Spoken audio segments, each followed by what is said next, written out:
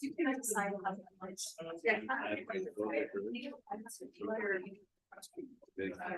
They gave me a guts. Okay, so. So I'll participate.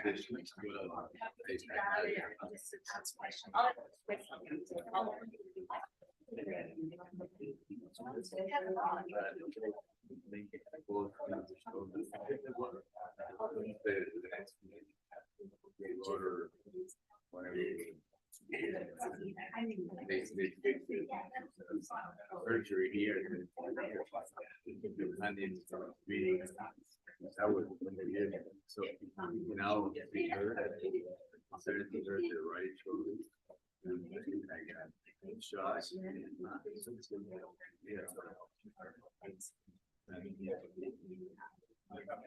He worked for a couple of days. Now he's very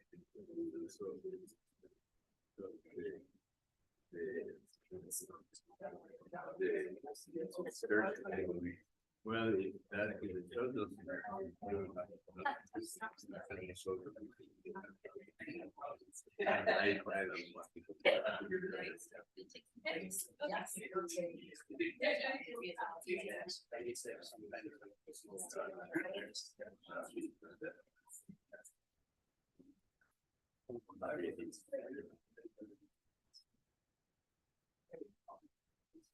There's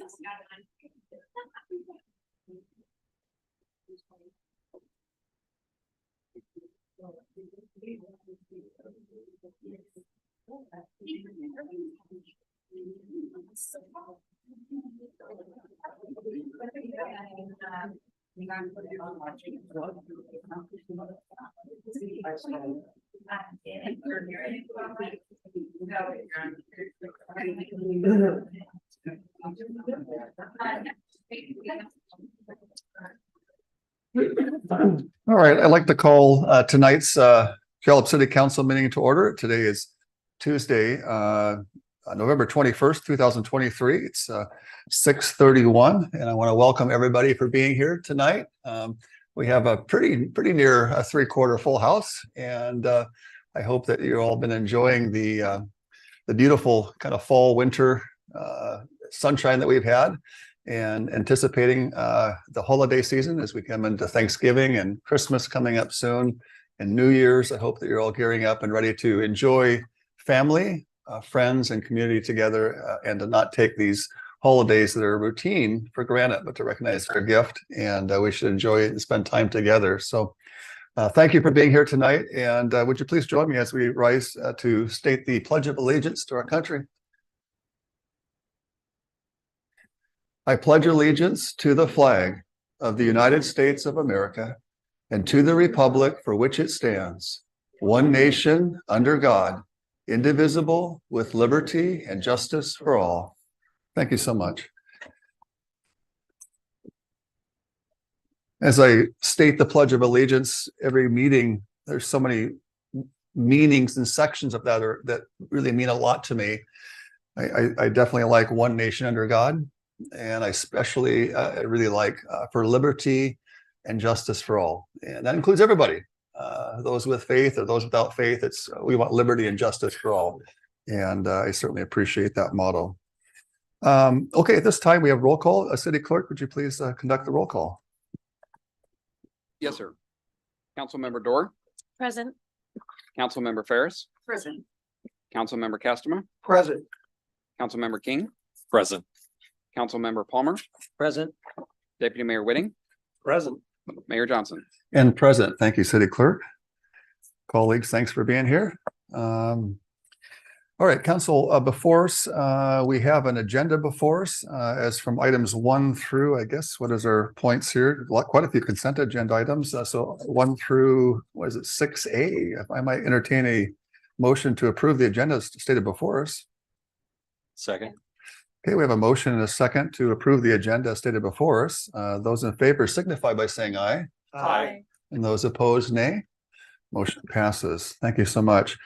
At this time, we have a presentation and proclamation, and I see that we have a lot of folks here within our business community. How many know it's important to support businesses? And the question is why is that important? Is it because we like certain businesses and so we want to support people that we like? Well, certainly that's part of it. But what's most important is that when you support business, you're supporting families, you're supporting individuals, you're supporting, children and young mothers and single family income folks. And of course, when you support business, you support services that we all enjoy. I mean, all of us go to certain businesses to shop, to eat, and to play. And so as we're supporting those businesses, we also are enjoying the benefits of those businesses that these small businesses and large businesses provide to our community. And sometimes I think we take those businesses for granted. When you think about folks that are in business and working in the business, this is hard work. Every day when they wake up, they come with $0 in their pocket and they got to go and earn it every day to make sure they can keep the doors open. And so as we, as a city, gather around to honor and support small businesses, we want to certainly do that here tonight. But the question needs to be asked by us as council members and for us as a city, what are we doing to stimulate and grow more businesses in our city and not just exist the ones that are here, but how can we grow?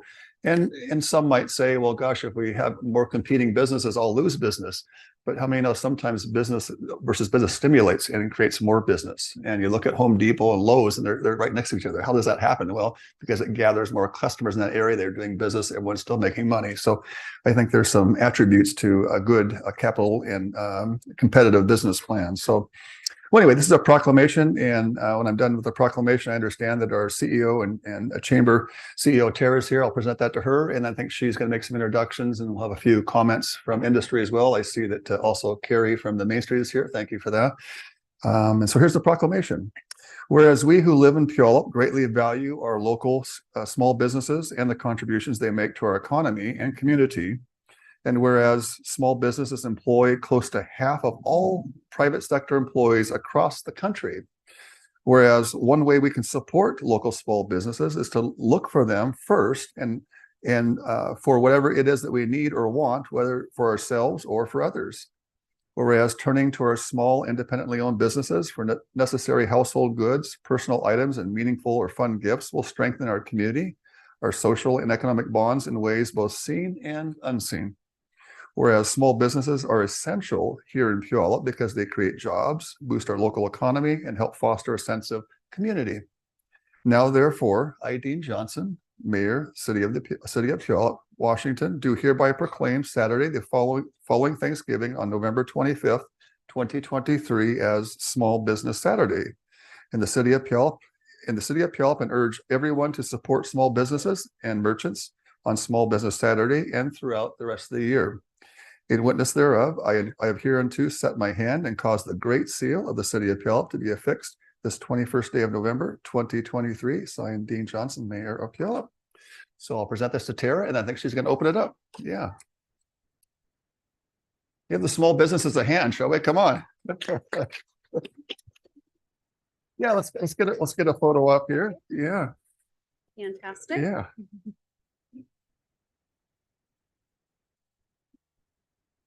Thank you. Great. Please. Yeah. Yeah. All right. Well, happy Thanksgiving, everyone. In the season of thanks, I am very, very grateful and honored to be in the role of your CEO and president, being the champion of businesses. My heart bleeds for these businesses. I am a small business owner. I know what it's like to wake up every day, care more about, paycheck getting made than, dinner on the table that night. It's tough. It's a grind, and it's such a privilege to be thinking in unique and innovative ways every day, how we can be supportive of you. So this is truly an honor that our city is recognizing small businesses. Our chamber of over 600 members is certainly 90% small businesses. And I think we'd be remiss to say, you're definitely, the bloodline of this community. In every way, we use a small business every single day. And so thank you so much for highlighting that. And again, my heart goes out to you and to the city for how we show up. We definitely show up for our businesses. We have a few of those today. I'd like to bring Colette up. I think we all know our iconic pink chandelier. Big hand of warm welcome to Colette. I'm also going to bring up David Montevideo, who's one of our board chairs representing businesses at South Mall. Come on up. and Laura Romero, newly formed business and Katie at Meeker Mercantile. So if you all want to say a couple of words and then we can have another photo op. Come on up. You can say anybody want to hold up that part. Okay, let's do that first.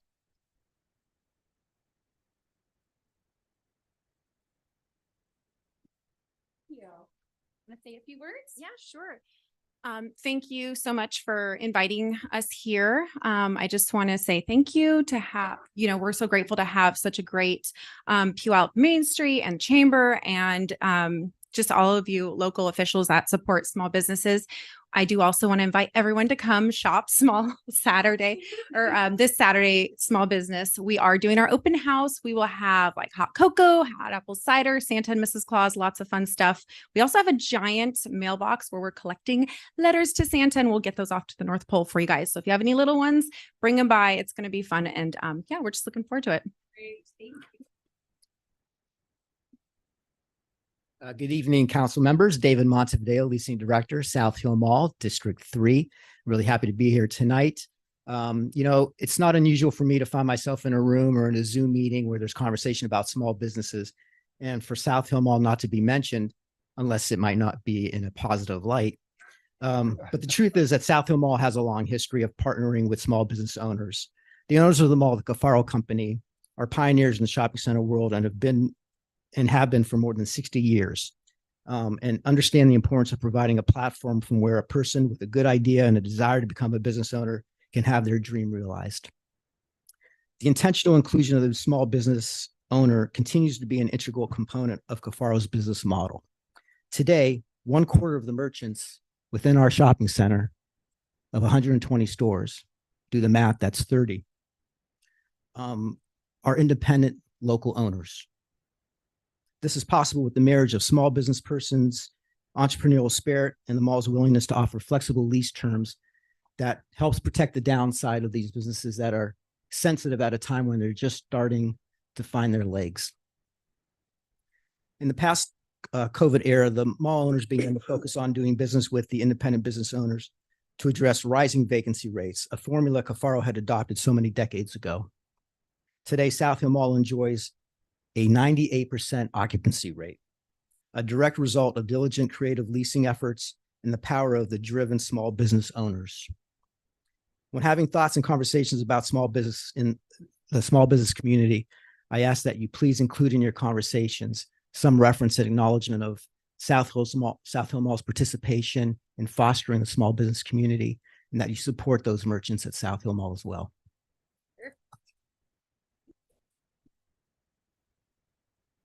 Hi, everyone. I am Laura Romero, and this is my business partner, Katie Diaz. And we just opened our store on Saturday, Meeker Mercantile.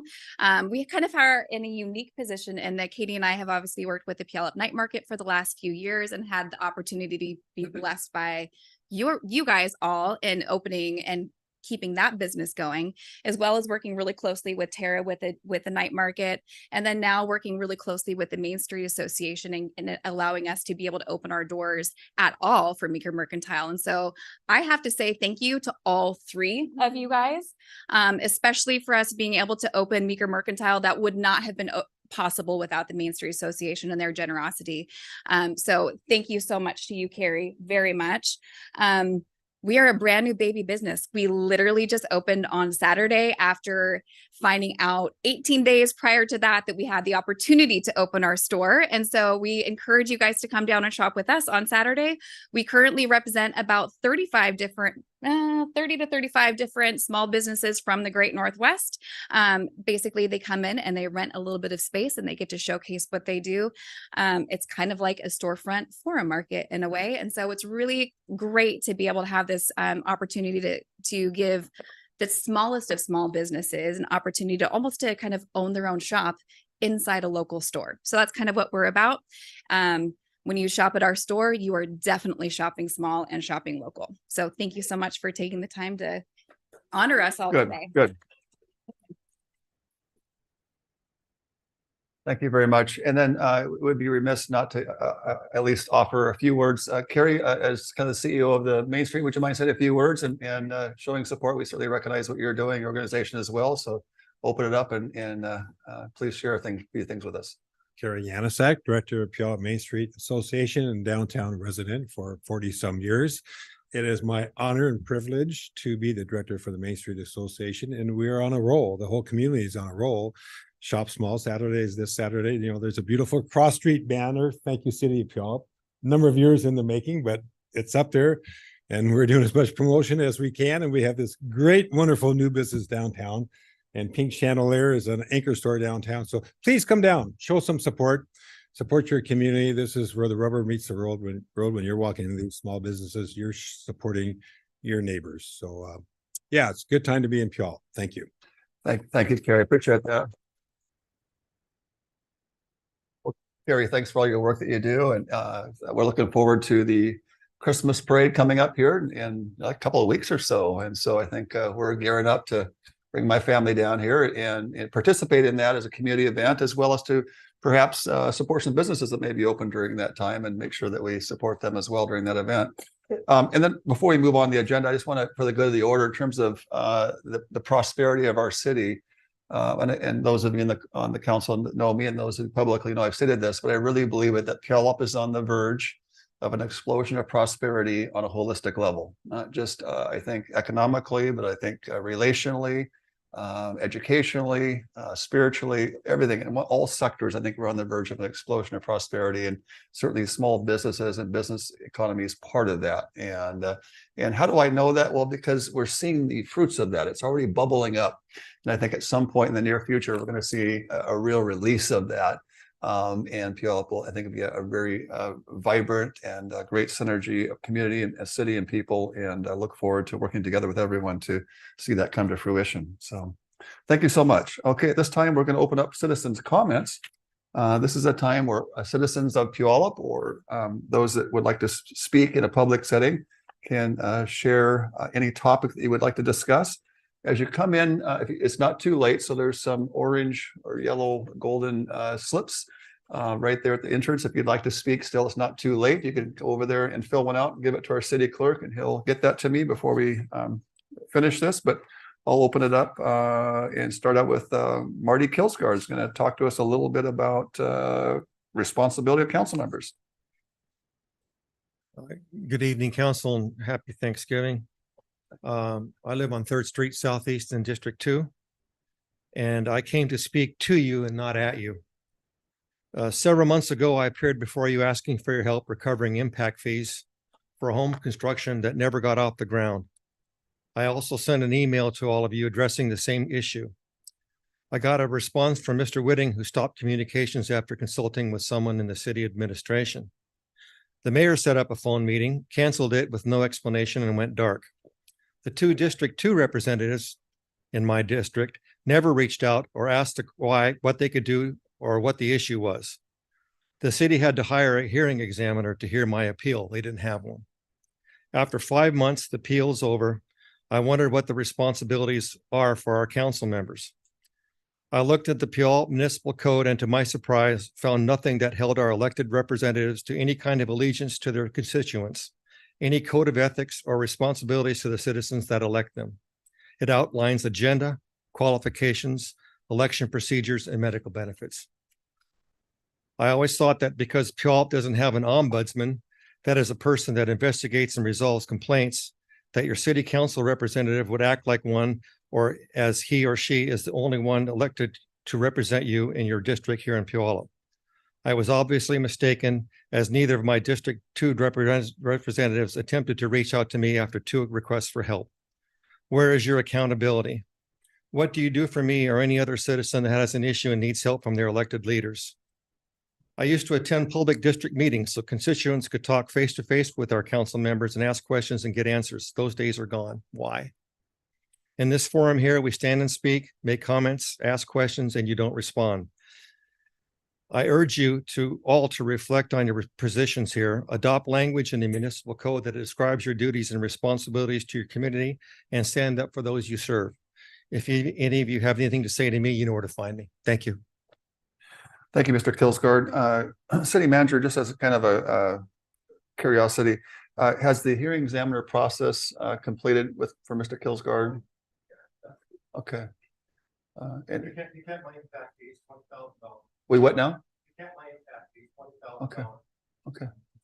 All right. Okay. All right. Thank you.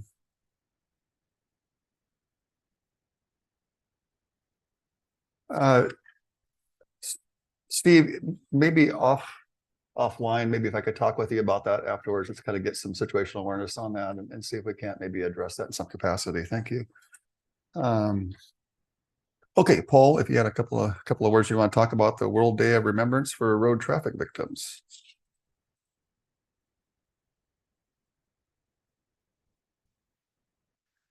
Thank you, Mayor Johnson. My name is Paul Romich. I live in District 1.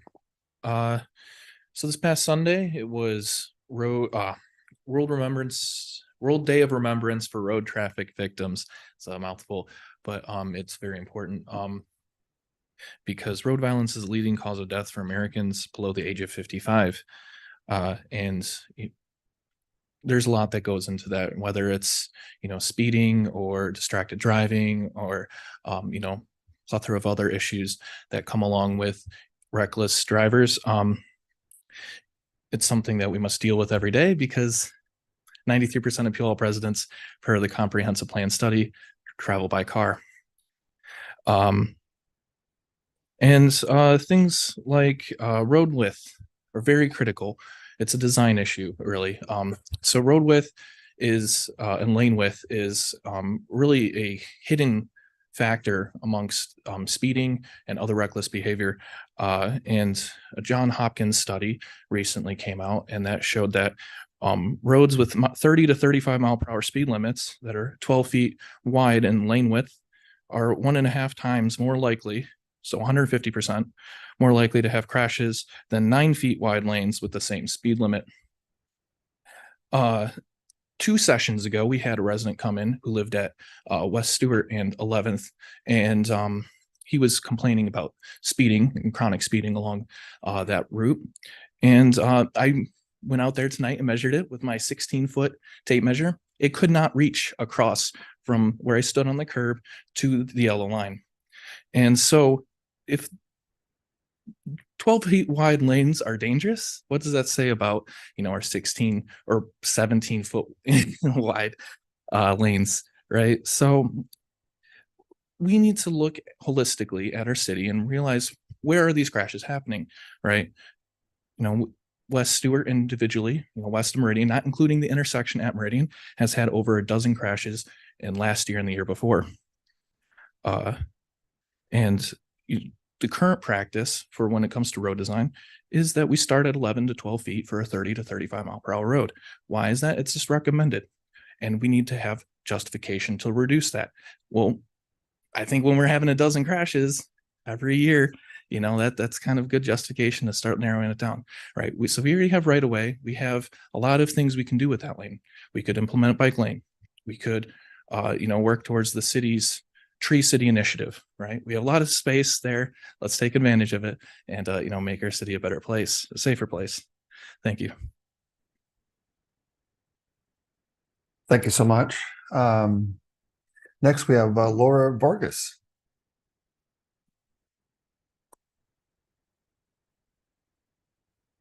Hi. Good evening. I'm Laura.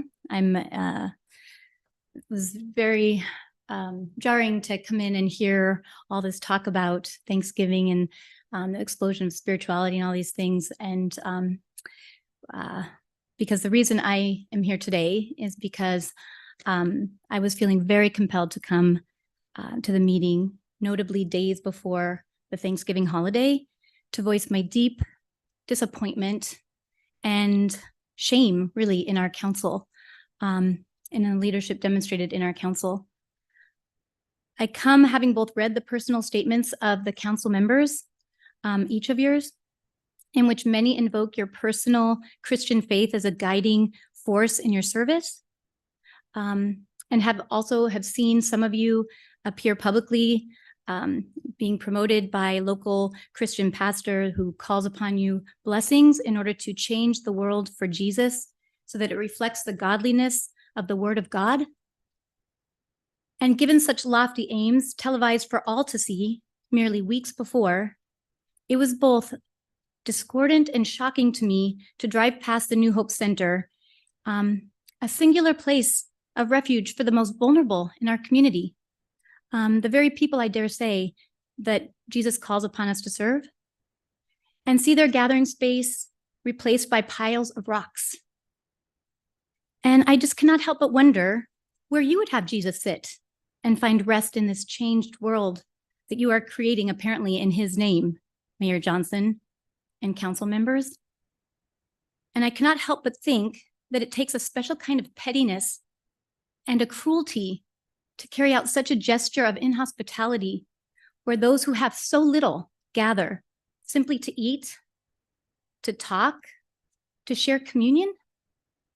Just days before many of us, and I would suspect all of us here, will find ourselves fortunate enough to gather in the warmth of our homes in order to celebrate the gifts of abundance. Is this your vision of godliness for the city of Puyallup?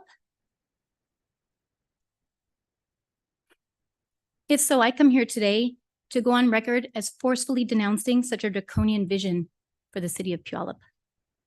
And instead, I urge the citizens of Puyallup to join with me and demand a city council leadership that doesn't just defend the rights of small businesses, but really reflects the hospitable spirit of the American Indians so that we may truly be worthy of using their name Puyallup, land of the generous people.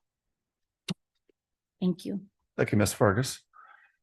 Okay, moving on, if there are any folks online that would like to speak, we certainly want to provide opportunity for that. Let me see if there's anybody here that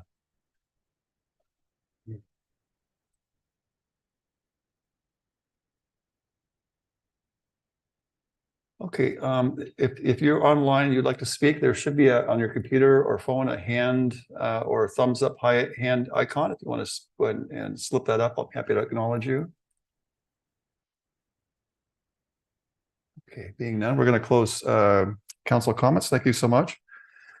Council, before you, you have a consent agenda, quite a few items 3A through looks like 3F. Unless there's anything specific that you wanted to bring up for discussion, I might entertain a motion to pass the consent agenda as stated before us. Second. All right, council, we have a motion and a second to approve the consent agenda, items 3A through 3F. Those in favor signify by saying aye. Aye.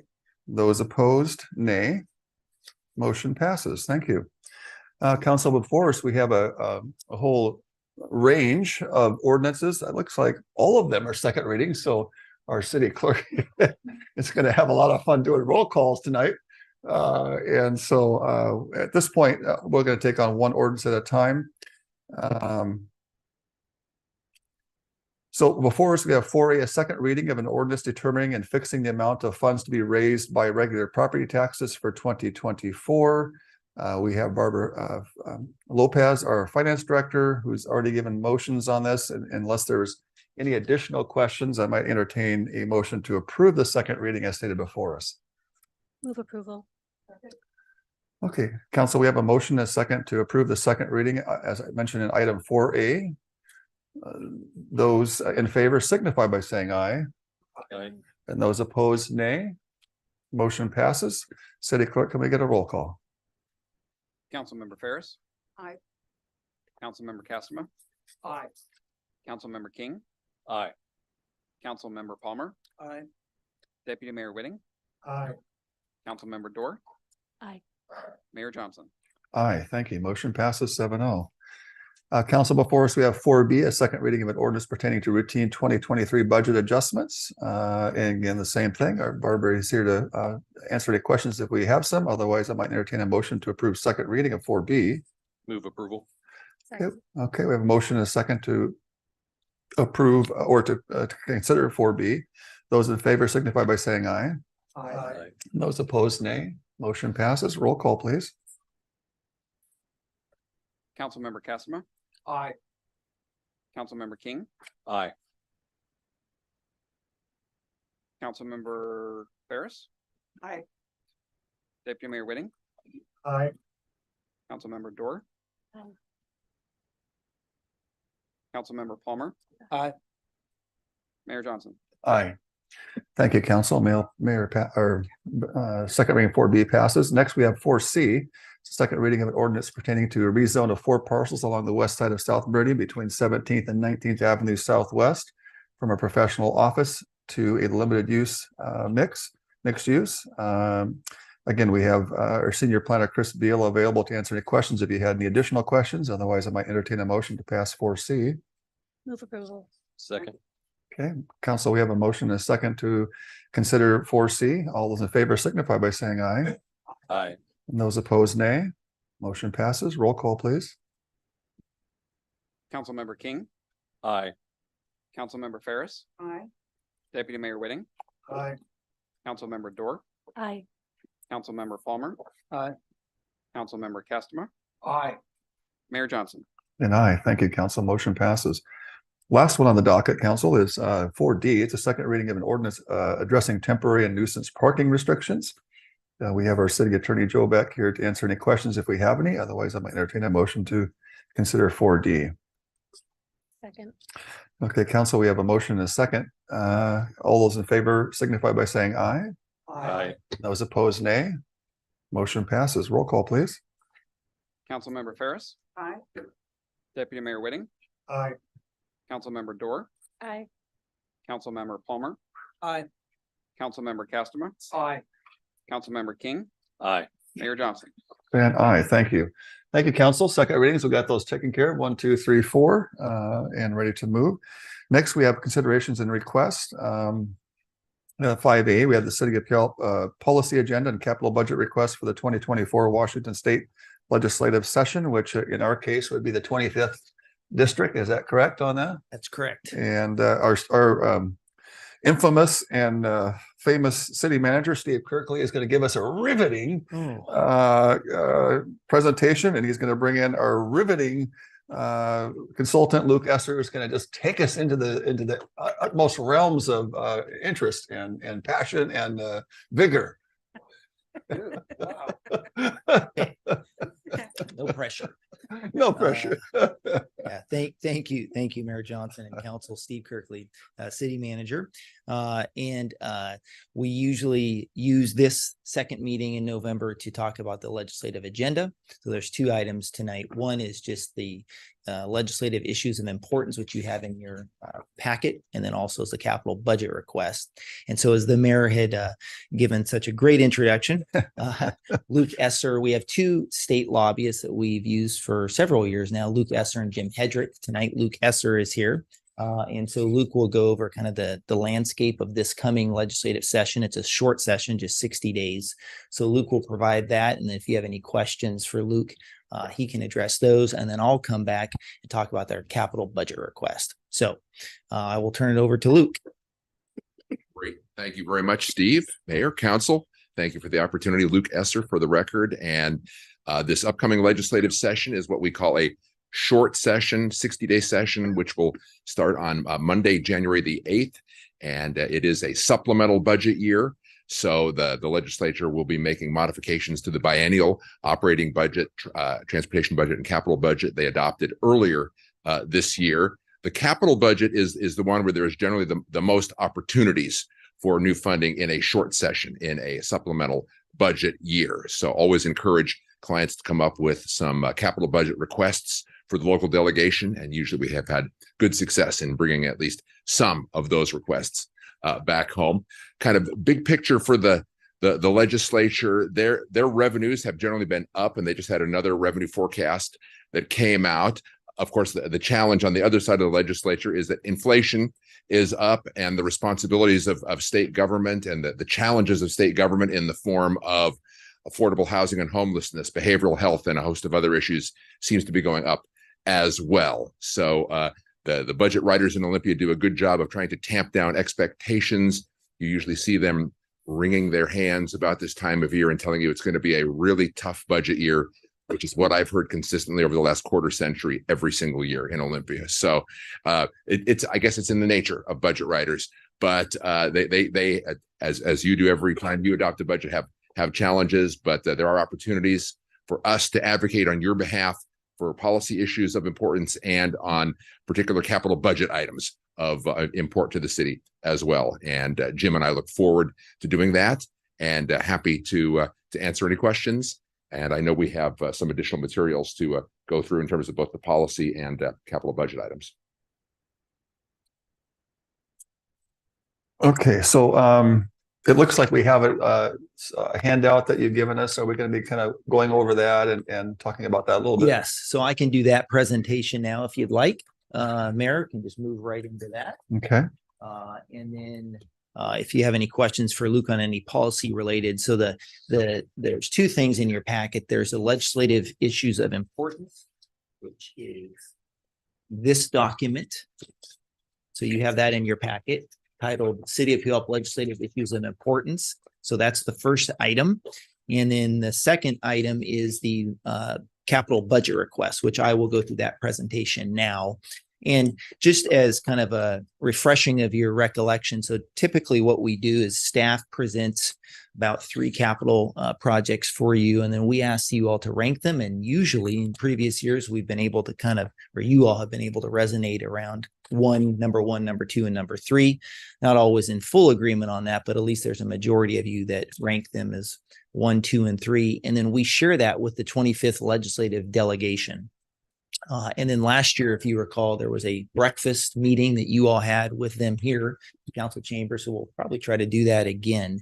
And in that meeting is when we go over these requests with them, and then also any other policy related issues. So I'll start with the capital budget request. And again, what we've learned, and thanks to the help of Luke and some of you, is that there's really 2 things that we've tried to focus on with these capital budget requests. And we've been very fortunate the past couple sessions with our delegation to secure funding. If you recall, we have funding for a culvert project that was just completed. There's going to be ribbon cutting this next Monday. We received funding for the fields out at the rec center. We've received funding for the stormwater system in downtown. We've received funding for the Cornforth Campbell and the frontage improvements and other redevelopment costs associated with the Cornforth Campbell parking lot. So we've had some really good success down in Olympia around the capital budget. And so what we found is if we come in with a request that's under $1 million, usually is kind of the number. We've rarely got anything above $1 million.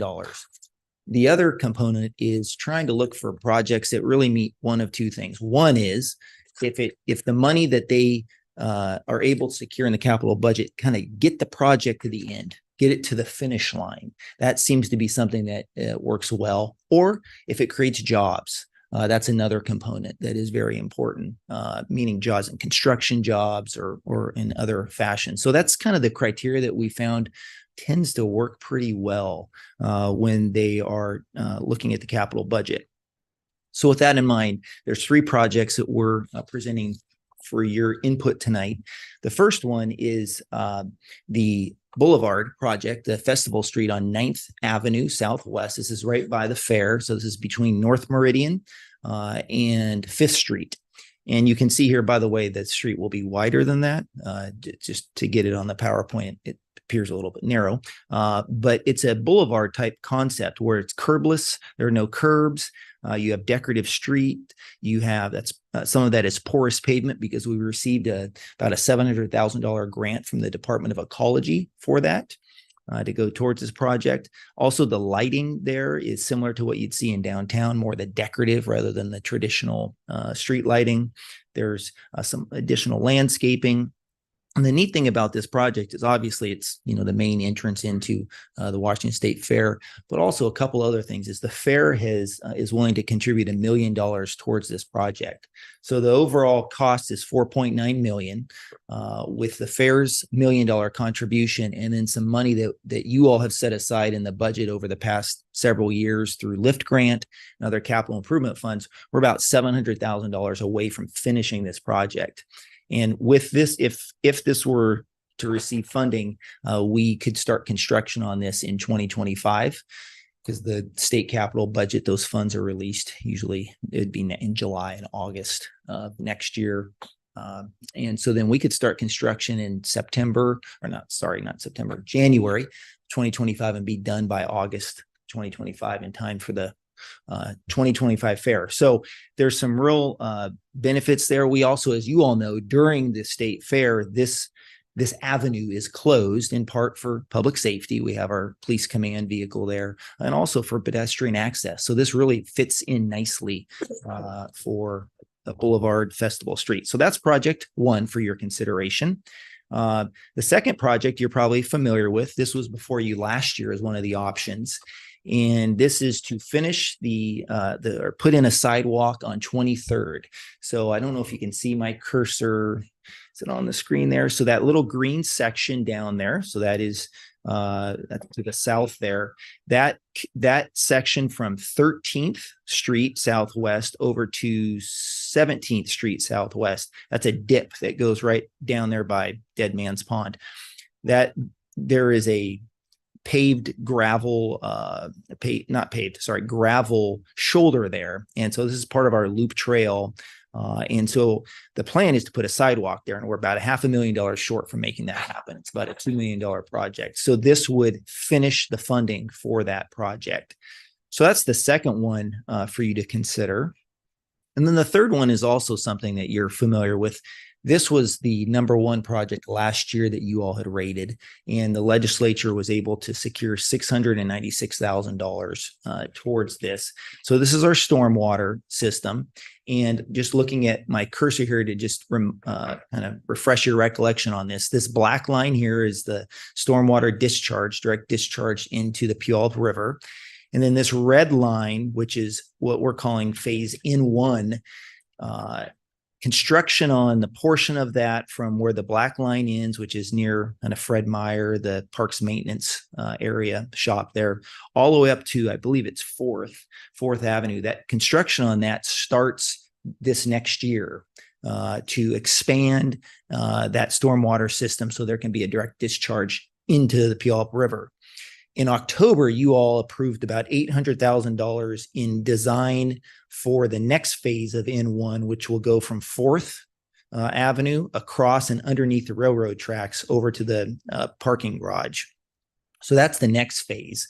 So we have funding for the design and the construction documents, not the actual construction, but the construction documents.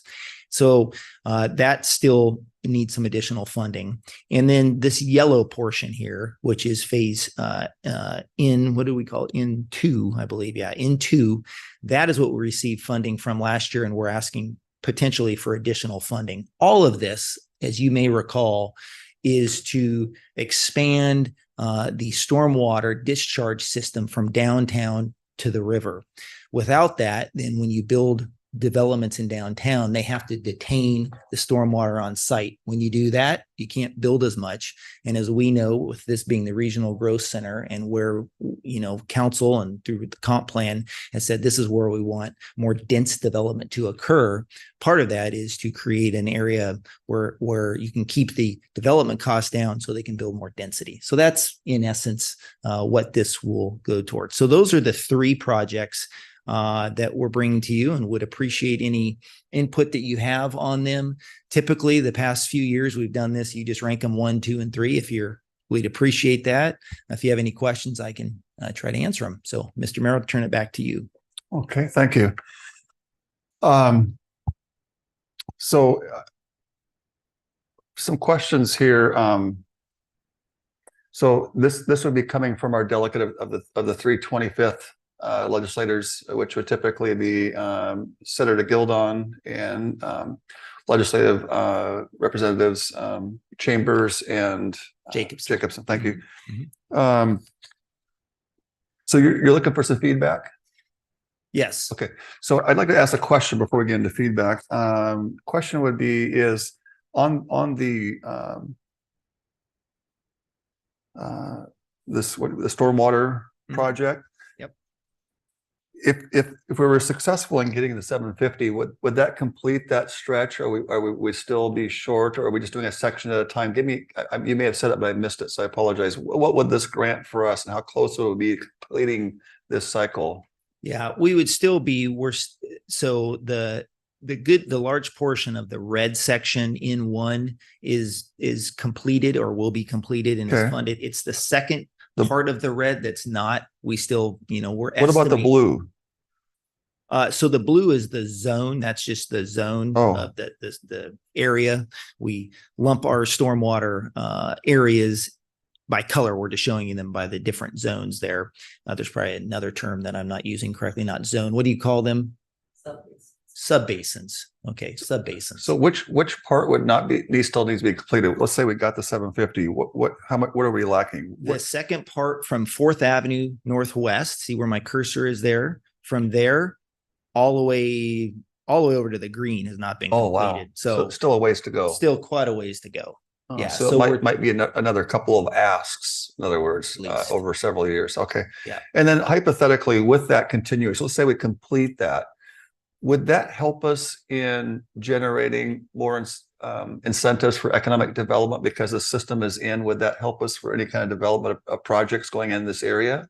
It certainly would, in the sense that they development could do a direct discharge into the Puyallup River rather than having to detain the stormwater on site. So Which instead of would having cut costs and make people, would stimulate more profitability to build or develop an area where if you had to kind of do your own retaining, it might cost more and maybe discourage development. it's part of that. It's more, and it's more, instead of using land to detain stormwater on site, the stormwater is being Moves. discharged. And so that there's more developable land. I Land. mean, you can put stormwater Underneath. but that's very expensive. Yeah, that's what I would think. So I think it would help stimulate, if we're looking at higher density development, if we have this kind of Washington plan of higher density development, land that is not set aside for water retention could be developed upon, and therefore higher density is what we're after, right? And that has been what,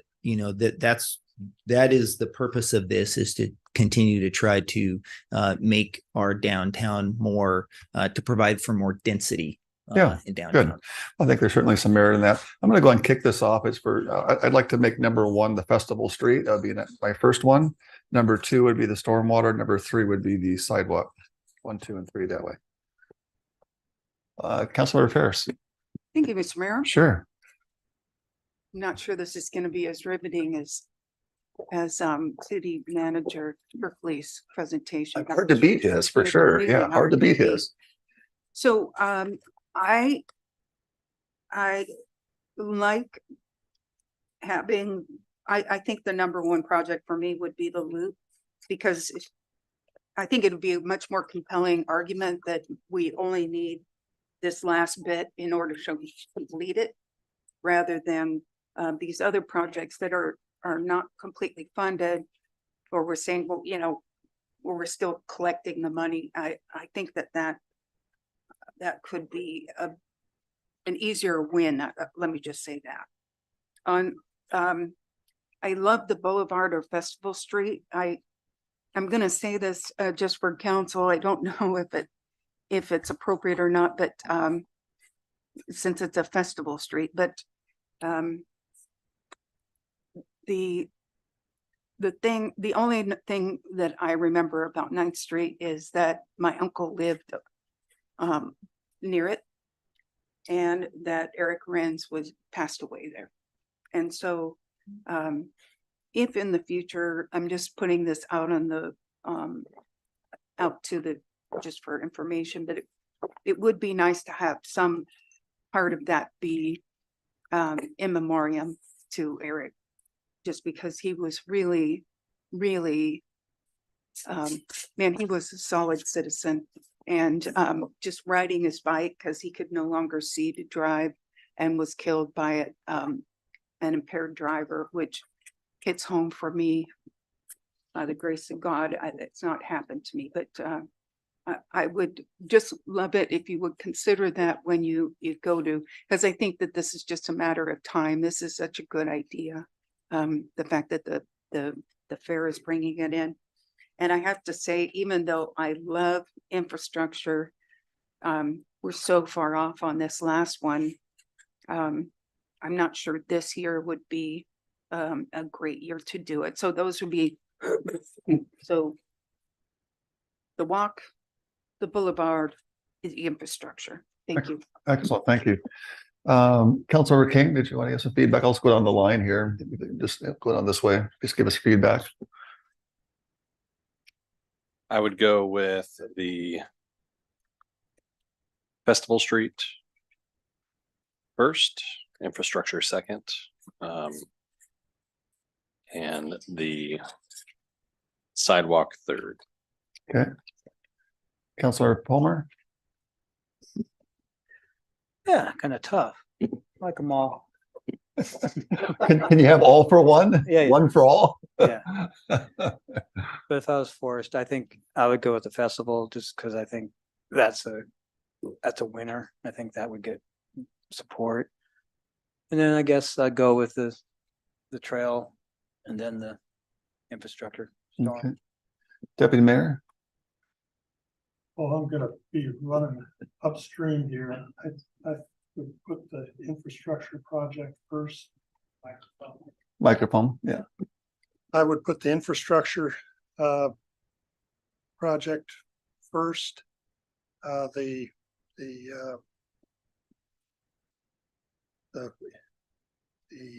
Festival Street second, and the Loop Trail third. Okay. Councilor Castleman? Thank you, Mr. Mayor. Steve, I know the Festival Street here we're talking about is on 9th Avenue, but we're also looking at Meeker, and this is kind of an unrelated question, but I'm going to ask it. On the Meeker Street Festival, when will there be groundbreaking for that? And where's the funding right now? So can't say when the I don't know when the groundbreaking would be on that. It's about it's close to $6 million project. And so we're not even close to the 6 million yet on that. One of the things to keep in mind on that front, though, is that if we're able to secure the 700,000 for this, that leaves us 700,000 in our CIP project fund that we could use for Meeker Festival Street instead of having to use it for that project. So I would, one could make an argument that 700,000 for that is 700,000 that we save for our Meeker Festival Street in the road in the future. Okay, having said that, I will go with the Festival Street as number one. And last year, I ranked the completion of the 5 Mile Loop as fairly high. I think I ranked it number 2 last time, but I'm going to switch it to number 3 and put the infrastructure above it. And the reason for that is that until we get this infrastructure juggernaut dealt with, we just cannot move on to some of the key development we need in our downtown core. So I'm going to put it above that, and then place the completion of the 5 Mile Loop, regretfully doing so, in 3rd place. Okay. And I'll just add this also. I know that I want to make council members apprised of this, that I know that the delegation, like myself, is fairly partial towards addressing the wayward signs in the valley, signals for the trains. I mean, we were just talking here, discussing, and you could hear the sirens in the background, the train whistles as they go by. And at night, they really are kind of an impediment to people who live along there for a good night's rest. And I know that the representative and the senator are also very partial to that issue. The problem is it's so expensive. It's about $5 million. And that's a nut that I would really like to crack, and how we go about addressing all the 7 different intersections, and do that in a way that would give a legacy in the valley that would just last for decades, because there's people who live along the tracks there. I don't know how they do it, frankly. So I throw that out there as just an issue to address. The problem is, if we did it with our capital request, it would take up the entire request. But it is an issue that Luke, our lobbyist down there, you could be tasked with finding the money for that too. But certainly it's something that I'll work towards. With that, fine, Mr. Mayor. Thank you. With that little digression, and before I call on Councilmember Dorr, just a quick moment. Just a loose question while we're here. I know we have our lobbyists and consultants that work with the state. Could the city, if they wanted to contract with them or someone like them to advocate for some federal funding through some infrastructure on that railroad issue, Wayhorns, could the city council consider having someone take lead on this to identify, because Councilmember Castleback forwarded that email, there is some money. Right. But we may need someone to take lead on that federal money that the Biden administration passed for infrastructure. And I keep getting emails saying there's a tremendous amount of money, but it's more federal in nature. Could council, if we wanted to, look at hiring maybe a consultant who could pursue that as part of their job description? Or could we implement staff person to help dedicate that if we want to get more information to see if there's funding to bring this back and get it completed? Yeah. So the city did long ago, before I was in this position, the city actually did have a federal lobbyist that we engaged with from Gordon Thomas Honeywell. He was a man, he was stationed, or not stationed, but lived back in Washington, D.C. And so we did, city stopped that in around, I think, 2009 or 10. And so, yes, you can engage federal. Luke and Jim are focused entirely on state level, not federal. So we would need to have a federal lobbyist. And as you all know, the federal funding is quite a bit more complex and robust, but complex than at the state level. And so that is something that cities do, absolutely. And they also send delegations back to Washington, D.C. And in fact, National League of Cities sometimes has it. I know Councilmember Doors attended, I forget the name of it, in the spring. It's not City Summit. It's another name. National League of Cities has a conference where you go back there. What's that? It's the Congressional Summit. Congressional Summit. Thank you. Where you go back there and you attend, and part of that, you then meet with your congressional delegation. Okay. Well, anyway, I just put that up there for council for discussion. And before I go to Councilmember Dorr to get your feedback on these three, I think that Councilmember Palmer had some comments on this particular topic. So I want to keep it on kind of base here. Yeah, I would just echo that. I do think that's opportunity for federal funding. Yeah. I mean, the last two budgets federally have Right. instituted earmarks again. You know, Big may money. not calling them that anymore.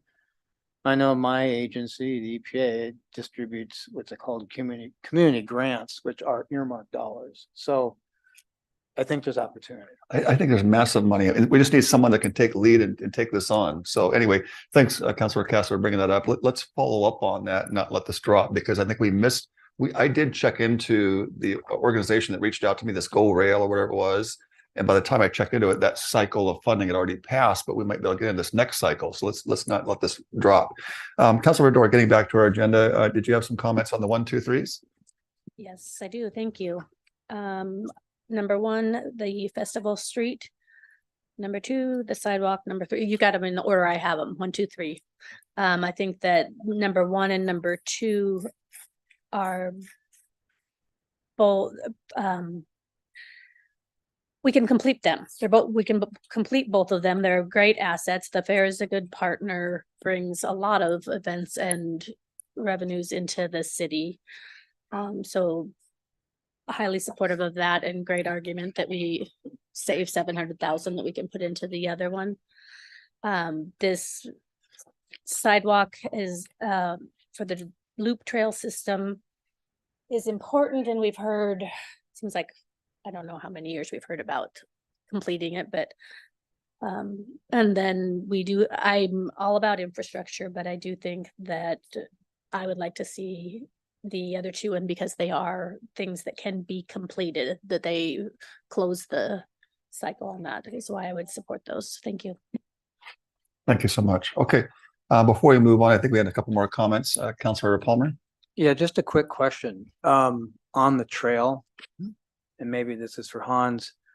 So maybe I asked this before, I can't remember. The trail now on the left side where that green, it actually comes to 23rd closer to the Dead Man's Pond. Because there's kind of a new trail segment. Yeah. Now the question is that a bad crossing? I don't know. But my reason I ask is there a cost savings if you only went to that new trail entrance? See what I'm saying? Yeah, so you're talking about, because right in, where's my cursor? Yeah. Right in that area. Yeah, the trail now Yeah. goes to from the red, it kind of goes through the forest there and enters there. Right. And so it loops kind of back up through here though. Yes. And then eventually comes out right there. So Yeah. we can look at that. I don't, unless you need the answer. Oh, Well, let's hear about it. come on. Yeah, because that's an intriguing deal. It may be a cost savings, and if it does connect the new trail, it might be good to identify that. This was crossing about midway between 13th and 17th. Yeah. Yeah, so we did look at, that's right at the dip of the road there, and it is a severe sight distance issue there. Actually, Ken Davies went out with our street supervisor, Scott Hill, looked at it, and it really isn't a good place to have them crossing, just go halfway. So in that sense, to have them cross up by 17th and then use a sidewalk, a protected crossing all the way to 13th was much safer area there and stuff. So I totally get that, but now we do have the trail that comes out there. They would So, pick them off the road, right? yeah, so I'm just trying to reconcile that. So we don't have to solve it today, but Maybe just look at it. because now most people will take that section down and come out on that spot. That is yeah, where it but I goes think out. we have to really be careful where we're directing people to cross. Mhm. Okay. I think the issue there is, as you know, that dip that kind of comes up there. Mhm. And so Hans is correct. There Yeah, could yeah. be some Okay, sight that's what I distance thought. issues. Yeah. Okay. Anyway. Well, I think you're onto something. I think we should study it. I think there could be something there. I think we should take a look at it. Yeah, good. Deputy Mayor. I just wanted to ask Luke, I'm being forgetful tonight. Usually people that work with this all the time have a sense of what projects will sell better than others. So I just wanted to ask you in your judgment, would any of these particular projects, which, if you had to weigh in, what would be your 1, 2, 3? And we will hold you liable. Yes. I'll act like the elected official and say that they all are worthy projects and have aspects that could easily be advocated for by your lobbying team in Olympia. And the truth is, they all are within that dollar range that we suggest, up to $1 million, hopefully not more than $1 million. Projects that if you were looking at each individual one and looking at the pluses and minuses, having the fair as a co-funder and co-sponsor, that's always a plus, to have somebody else willing to put their dollars in the game. The second one, as was mentioned by Steve, legislators like thinking that they're providing the last dollars, and so completing a trail system, that is another great advocacy point for us to be able to offer. And in the same vein, this is something we've advised too with the infrastructure, the stormwater project. It's nice to refer to them as phases, because that way Jim and I can go say, this is the last dollar for phase N2. And then a year or two from now, we can ask for the last dollar of phase N3 or whatever the next phase is. So I'll evade the question to a certain extent by saying each of them has aspects that I think Jim and I can very successfully lobby for, and they're in reasonable, respectable dollar amounts that'll do obvious good for the community. So I'll evade the question in that fashion. Well done. You're clearly not a politician. Yeah. A politician would never close with that line. Yeah. Thank you. Thank you. Good. All right. Thank you, Steve. Does that complete this? Okay. I think so. Looking at this, it appears that the Festival Street will be the first preference. The loop. I don't know. Well, there's a tie. Festival Street is It looked like the second one had one first vote, 2 seconds, 4 thirds versus 1 first. Yeah. 3 twos, tie. 3 thirds. So it's a tie. we're gonna have to call in the Supreme Court to We want it decide all. this. Just get it all, Luke. Want it all. So the first one is definitely the Festival Street. And I think what we did last year, actually, the other component of this is, we can tell the legislators, this is the first one. They have followed that, and what you have rated as 1, they have proceeded with 1. So I feel pretty confident that they would go forward with this Festival Street as 1, and then we can say kind of the pros and cons of 2 and 3. And what I have found, and Luke can probably echo this, is sometimes legislators just have a proclivity towards something that they think, oh, this is something they want to advocate for. And so they can choose between 2 and 3, unless you all want to sit here and have further discussion on it. So I think it's fine. We have good direction. Thank you. Just, I was keeping score here, and there's actually 4 2s on 3 and only 3 2s on 2. So 3 would be the slightly ahead. All right, good. All right, council, we're going to move on to 5B. We have a presentation regarding the transition to priority-based budgeting. And I understand that our finance director, Barbara Lopez, is going to give us Steve, are you looking for any action or input on the legislative agenda? If there was any, if you don't mind, Mayor. Please, yeah. Yeah, so this is a legislative agenda that we have. And so if there's any questions you have on this, or, we don't necessarily need a vote on this, though, unless you would like to vote, but just would like some general head nods of this looks good for our broad legislative agenda. Yeah. I mean, from what I was reading, no question is an affirmation. So I would take that as a pretty clear indication, unless council had otherwise wanted to debate it or discuss it. Deputy Mayor. Okay, Councilmember Dorr.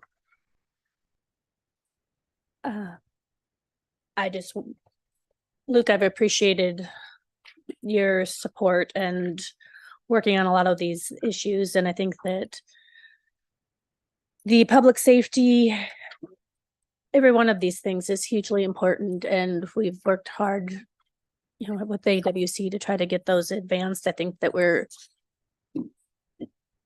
made a little progress, at least with the committee this year, but I don't know how well that's going to go over with the legislature. But I just want to again state my support for all of these. And I don't think that that's a foreign position for you. And I will tell you that the juvenile justice issue hits home.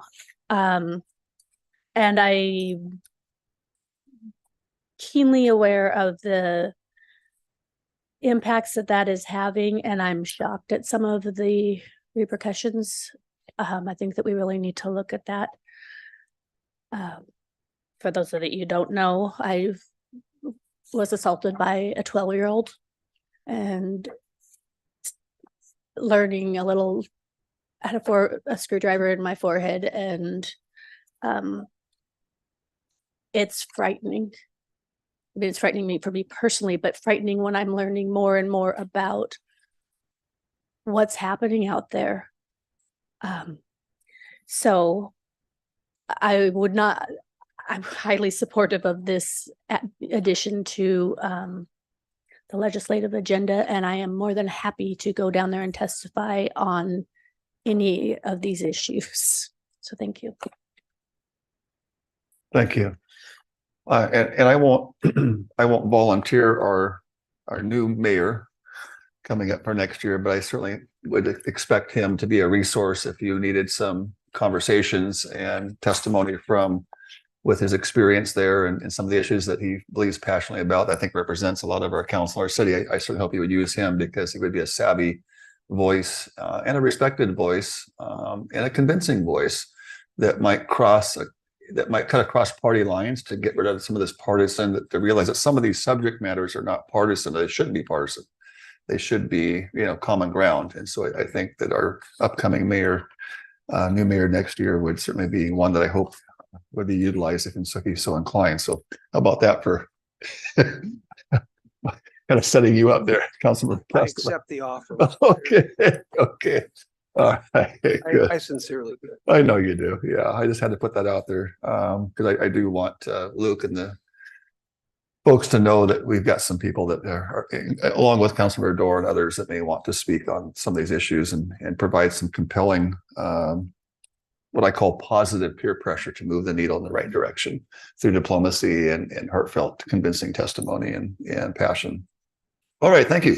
Well, Council, we'll move on to item 5B, and I will look forward to our Finance Director, Barbara Lopez, to give us a presentation on the priority-based budgeting and see what we can do. Turn it over to you. Thank you, Mayor Johnson. Good evening, Council. Barbara Lopez, Finance Director. And honestly, I'm not going to be doing most of the speaking tonight on this one. I'm going to be passing the baton here shortly. As you may recall, when we were at your retreat earlier this year, we talked about transitioning the city's budget to a priority-based process. And we definitely knew that we weren't going to be able to do that on our own. It's a heavy lift. There's a lot of moving pieces to it, and we would be trying to figure this out. We could use other folks for an example, but we have to make it work for Puyallup, and so we needed some help. So we engaged Burke Consulting to assist us with figuring out what does priority-based budgeting look like for the city of Puyallup. Tonight's presentation will be done by Burke Consulting. We've got Catherine and Dawn here with us.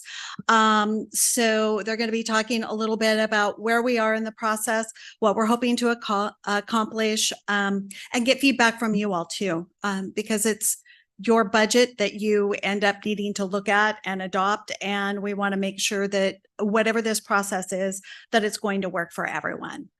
So with that introduction, I'm going to turn it over to Catherine and Dawn. Hi, Council. Thank you for having us. My name is Catherine Getz. I'm with Burke Consulting. Hi, and I'm Dawn Couch with Burke Consulting. So we have a brief presentation, and then we were happy to answer any questions or take your feedback.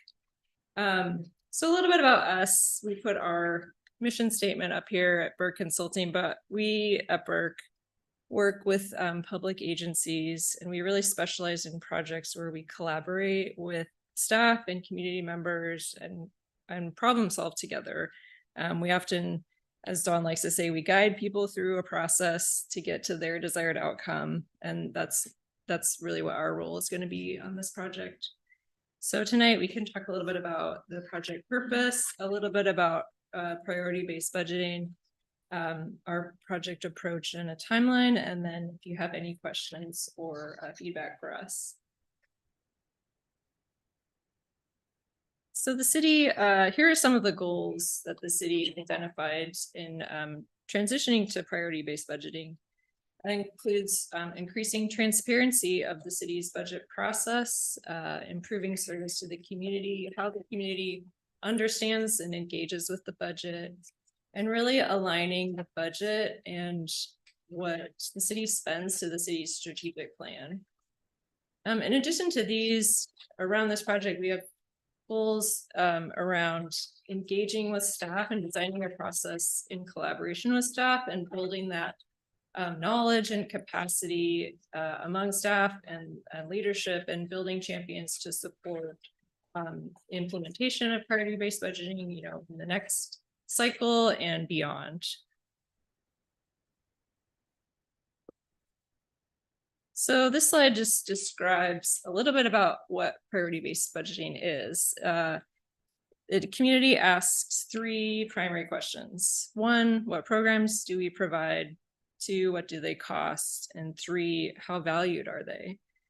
So as described in that step 1, how the budget is organized and discussed really changes. We move from departments and line items into programs, which may in fact cross departments. And then once we do this, we can identify the costs associated with each program. And then we move into evaluating programs against a set of criteria and understanding how they meet the city's priorities. So in priority-based budgeting, the budget will really look different, and how it's discussed will be different. And as the process matures, it can really be used to make decisions about funding for programs. Here are some things that priority-based budgeting allows the city to do. I'll give some credit to the city of Tukwila that we adopted this list from. They also use priority-based budgeting, and we've spoken to them and learned from them. Ultimately, it really increases transparency of the budget for both staff and the community, and allows the city to provide programs and services that impact the city's strategic goals. In times of additional revenues, it can be used to direct resources to the highest priority programs or evaluate new proposals. Similarly, in a time of reduced revenues, it can do the same thing, directing resources to the highest priorities, not just in a traditional budget process where you may have to reduce all budgets by the same percentage, for example. There are a lot of cities around the country that use priority-based budgeting. A few have noted some positive outcomes. I'll just note one from a kind of local neighbor. Up in Redmond, they use it, and they noted that it really helped increase transparency in the process, especially for staff. Staff really were able to learn more about other departments and learn how programs can cross departments and how department programs fit in under city priorities and how they all work together. So we have 4 steps in our process, and we'll be collaborating with the staff work group at each step. The work group members are listed here on the right, and we've actually had our first meeting where we talked about, as Barbara mentioned, really identifying the goals for Puyallup and designing a process that really works for Puyallup. So we identified some benefits and risks of the city's current budget process and some potential benefits and risks of priority-based budgeting, and some themes that staff recommended we incorporate, such as transparency and staff involvement and community engagement. The next step is we work on the program inventory. So we identify all the programs in each department. They may cross departments, and then we develop a method for assigning costs to each program. In step 3, we develop a process to evaluate programs against criteria and then rank them. And then finally, we really finalize all the guidance and the tools that we've developed in collaboration with the work group and that staff can use in implementation. This is a high-level look at our process and our timeline. We're here in mid to late November, so having a check-in with the council, and we've had our first work group meeting. Most of our work is in what we're calling this design phase. So we work with the work group to develop guidance and tools for implementation, which really starts in the spring along with the city's budget process. And the goal is that the work group members can serve as champions during this process. Soon to come, after talking with Barbara, is that the city manager, and Barbara will be reaching out to each department to talk about the project and why it's important for Puyallup and why now, and what departments can expect.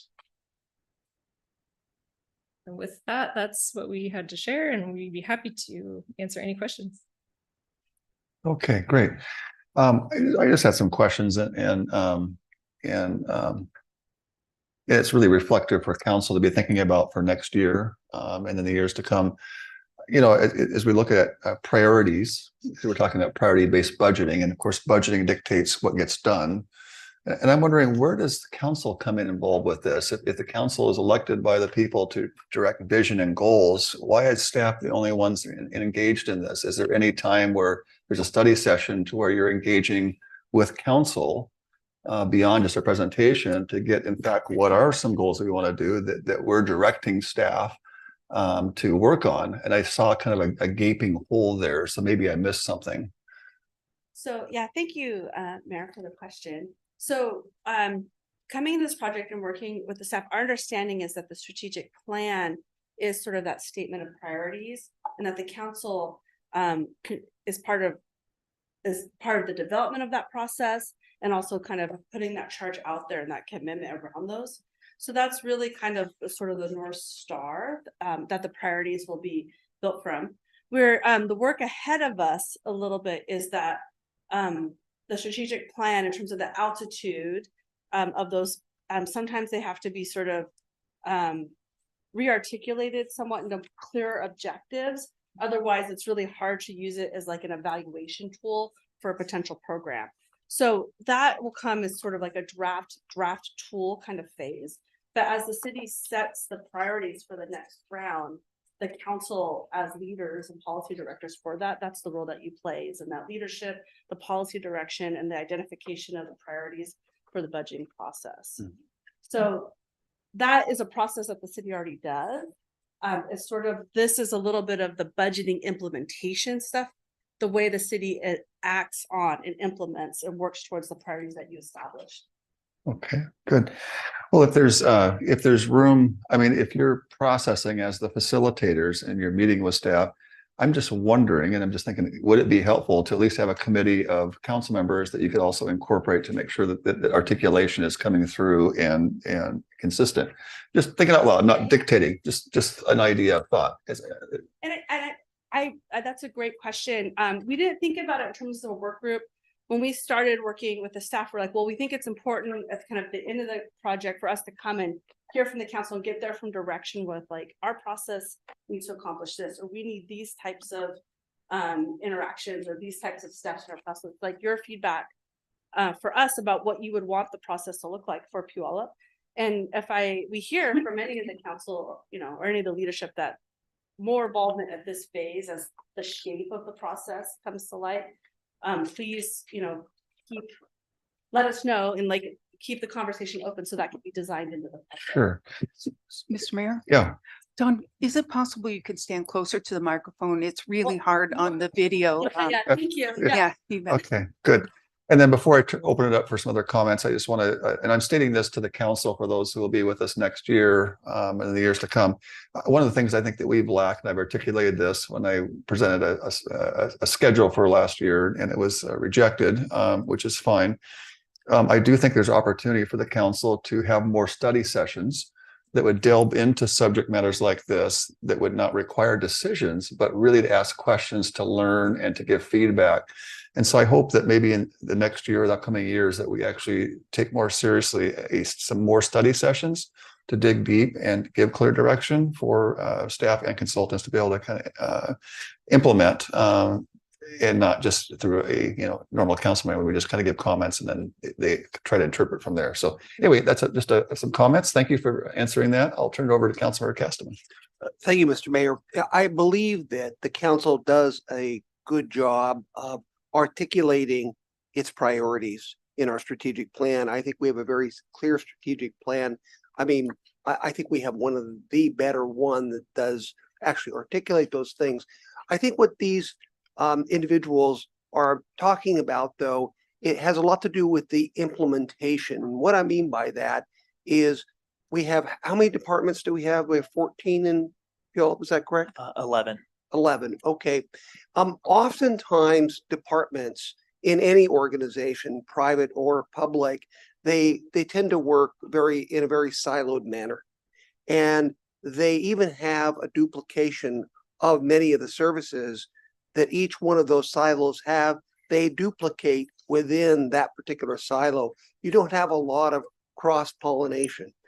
And so, in other words, if you do want to accomplish a task, it's usually assigned to one of those silos. And that's not really very effective. That's how ineffective organizations operate, is everything is like that, silo-based. We give it to this department, they do it. When in reality, it can be much more efficient, much better if you have that cross-pollination to accomplish an end goal. So I see much of what you're discussing has to do with the internal workings of how we prioritize or allocate our resources to the optimum benefit of what we prioritize here.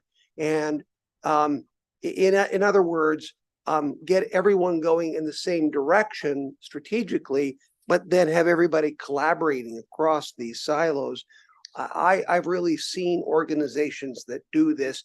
This is the gold standard. This is where they are operating at the best level. So I say that because I don't think we need to revamp what we do strategically in our planning process. I think we've done it in a fairly almost granular level to where we have the strategic initiatives identified based on our performance measures and goals, strategic initiatives identified by the individual departments that want to in fact fulfill those. But I think that they're getting at a way of more efficiently implementing those. So that's my take on where you're going with this. And it makes sense. And it actually is a fairly high level of operation in any organization. That's my comment. Thank you. Good feedback. Thank you. Councilor Palmer. Thank you, Mr. Mayor. Thank you for the presentation. And I just had a very quick question, just so interested in how you respond to it. So I love our strategic plan, but it doesn't address everything that the city does, right? And so how do you deal with that? Because there's important work that goes on that may be not highlighted in the strategic plan. And I just think because when we did the strategic plan, we're not being completely comprehensive, you know, so it's kind of a cut. So what do you think about that? That's an excellent question. Thank you. In the ways that priority-based budgeting is implemented, it looks a little different in each of the cities, each of the communities that use it. A lot of it is directed by the strategic plan, but there are also requirements of municipal government by statute, by state law, or other kind of like regional agreements you might have made. So that's the whole in terms of the service profile. So as you design kind of the evaluation criteria, it's not uncommon for there to be multiple criteria, of which a good portion of them are driven by the strategic plan, but then there'll be kind of some others related to things that are required. You also have the dimension of kind of definitions, restrictions by funds. So some funds can be used for some things and not others. So it gets a little bit layered as you get into the process, but it all kind of rolls up to the strategic priorities. So some of it could be internal focus, some of it can be much more regional focus, but the evaluation has to accommodate for those pieces. The way it will look in Puyallup isn't yet defined. That's part of our process here. But I would expect it to be the strategic priorities as articulated in the strategic plan, plus some other considerations as you go through the ranking items. Excellent. Deputy Mayor. I just had a quick question. You mentioned a municipality that you had learned from. I didn't catch. There, yeah. So we just happened to be speaking to city of Tukwila most recently. There's a number of jurisdictions in Western Washington that use priority-based budgeting. City of Bellevue, City of Redmond, City of Tacoma, Tukwila, Snohomish County, the county. So there's a kind of a variety, and I think they all look very different, and kind of the ways they came about it or their implementation approach look different for each of the jurisdictions. So we're learning a little bit, kind of getting our ears out there and talking to people locally as we go through phases. Thank you. Councilmember Dorr. Thank you. Sure. Great presentation. I'm really excited about this. This is something that I first learned about at NLC. And the way plain and simple, I think the mayor said it earlier, how things get done is when we allocate resources to it. So if we have a strategic plan that is representative of the council's vision for the city, we are now tying the resources that we have to ensure that that plan is implemented. If we had unlimited resources, I'm sure we could find things to do, but at least that way we know that when the budget is being prepared, it is being prepared with our vision in mind. So council, it is a guiding document. So anyway, I appreciate your presentation and look forward to the implementation. Thank you. Thank you. No further questions. Thank you so much for the presentation. Thanks, Barbara, for setting this up. Appreciate Dawn and Catherine, your work on this. Thank you. Okay. Council, we now have before us item 5C on consideration request. This is the 2024 City Council meeting calendar, and I understand our city manager, Steve Kirkley, has has crafted, introduced and proposed a calendar for your consideration. Yes, thank you, Mayor. I'll just stay here on the dais. There's not a formal presentation, but I did prepare this and basically just to orient you to what is before you. Last year, you had a total of 29 meetings, including your retreat, which was a 2-day retreat, not 2 full days. So last year you had 29 meetings. That were 20 regular meetings and 5 study sessions, and then 2 budget study sessions, and then the 2-day retreat. The proposed calendar before you for this year or for the coming year has a total of 31 meetings. So there is an increase in the meetings. That does not include your retreat. Rather than putting a date for the retreat on the calendar like we've done previously, and then it seems to never quite work out and we have to cancel it and find another date. I have not included a retreat date, but I would recommend that it be in February, and again, be a, hopefully a multi-day retreat, as this year there's some really important matters. And there's always important matters every year, but in particular this coming year with the comprehensive plan, with the budget, priority-based budgeting, public safety building project, some other big items that will be before you. So the retreat will be a great opportunity for you to talk about some of those and perhaps others. So that is not on here. You will notice in the latter part of the year, 2024, as you get into the September through November, quite a few more meetings than we normally would, and that is because of the comprehensive plan and then also some budgeting related matters. So we have added additional meetings there. The first part of the year, in terms of the comprehensive plan, a lot of that work is going to be done before the Planning Commission. The legislative component of it, meaning coming to you all, will be in the second half of the year. So that's why we've added a fair amount of meetings towards the latter part of the year. So again, this does add additional meetings from last year, and if you have any questions, can address those. Thank you, Steve. And then I think we'll entertain a motion and an approval of schedule. Before we do so, I'd like to make a couple of comments for the future. I have no problem accepting this calendar that was prepared by our city manager. I'd like to just have council reflect in the future. Should we as a council, maybe under the headship of a mayor, whoever the city mayor is at that time, propose some schedules or some calendars that we should take a look at in partnership maybe with the city manager to really, in a sense, reflect something that might prepare us for strong leadership. And just for the record, I have been hearing from stakeholders, and I just want to plant this seed, not necessarily right now, but just trying to think visionary.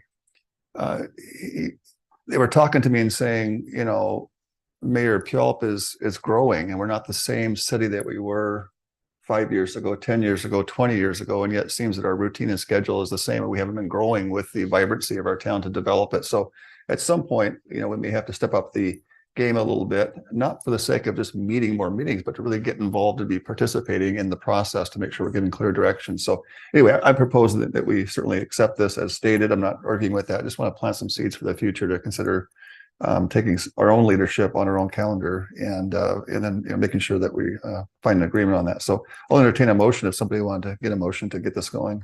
So move, Mr. Mayor. Second. All right, short of any discussion, Councilmember Dorr. I just wanted to highlight that if anybody is interested in NLC, that the March 12th date would be a conflict for the Congressional Summit. And then the November 12th study session would most likely be your travel day because the conference starts the morning of the 13th for City Summit. So. Okay, anybody else? We got a motion in a second. Okay, we'll call for the vote. All in favor signify by saying aye. Aye. Aye. Those opposed, nay. Motion passes unanimous. Thank you, City Manager. Council, before us, we now have the last item on the agenda, which is some other business. And we have the 6A, the Puyallup 2044 comprehensive plan update, market analysis and outreach summary. And I think that we have our Katie Baker, our planning manager, will give us a presentation on how that's coming. Thank you, Mayor, members of council. Katie Baker, planning manager. I am the kind of new old face of the comp plan update while Kendall is out on leave. So tonight we will be providing you with an update on Puyallup 2044, our comprehensive plan periodic update project. Tonight's presentation will focus on two components. First will be an overview of the market analysis work that's nearing completion. Then we'll end with a brief update on recently completed outreach efforts, focusing on results from our online survey conducted in September. The information tonight will set the stage for a conversation with you at your next meeting on land use alternatives that we'll study for the environmental impact statement analysis. Tonight, Elliot Weiss with Community Attributes will be presenting the preliminary results of the market analysis. This work focused on the city's two regional growth centers, downtown and South Hill, as well as the River Road corridor plan area. The intent of the study is to look at recent growth trends, future projections, and understand how that relates to our city's growth expectations and capacity in our centers. We also hope to gain a better understanding of what have been some of the barriers to growth in these areas. Over the next month or so, CAI will also be conducting stakeholder interviews to round out the research already conducted and better inform the report with some on-the-ground experiences. As noted in your packet, this is an informational overview. We certainly appreciate any questions or input that you have, but no specific direction is expected here tonight. I'll start by turning the presentation over to Elliot, and once he's finished with the market analysis, we'll turn it over to Alex with MIG for the outreach update, and then we can take any questions you might have. Excellent. And then before we move on, Councilmember Castaneda, do you have some initial comments or do you want to wait? No, I'll wait. You'll I'm tee up? sorry. Okay, I'll no, leave well, out. keep it up there. It's okay. We'll just tee it up. I just want to make sure. And I will note that both of our consultants are virtual tonight, so I can help facilitate any questions, but Sure. I'll turn Okay. it over to Elliot if that's all right. All right, Elliot, take it away. Yeah, good evening, council, and thank you for having me. Can you all hear me okay? Yes. I apologize that my camera's a little dark, but it does get dark early these days, so working with what we got. My name's Elliot Weiss. I'm a senior planner for Community Attributes. We are a Seattle-based consulting firm. It's been engaged on previous work in Puyallup and very excited to be helping support the comprehensive plan update. Tonight, I'm presenting on the market analysis. These are preliminary findings. As Katie mentioned, the work is still underway, although we've reached a point where we've done a fair bit of data collection and analysis and can report back to you on some of what we're hearing. I wanted to start with a brief primer on how PSRC is asking cities with designated centers to plan for and accommodate growth, because that's really one of the issues at the heart of this market analysis. So PSRC has a planning framework that relies on designating regional growth centers. That includes growth centers for population, but also growth centers for employment, industrial growth centers in particular. Both of Puyallup's designated growth centers, which are downtown and South Hill, are focused on population and employment, but not industrial uses. One of the other sub areas subject to this analysis is the River Road corridor, which is not designated by PSRC as a regional growth center, but is nonetheless subject to study. Is sort of the focal point of this particular piece of work. PSRC allocates growth to these centers in order to make sure that the city is or the region really is conforming with the Growth Management Act. So they try to encourage cities to concentrate both job growth and population growth within designated centers. Yeah, Mr. Weiss, can I just interject for just a quick moment? I think Councilmember Castleman had a quick comment or a question, then and I'll let you continue. Thank you.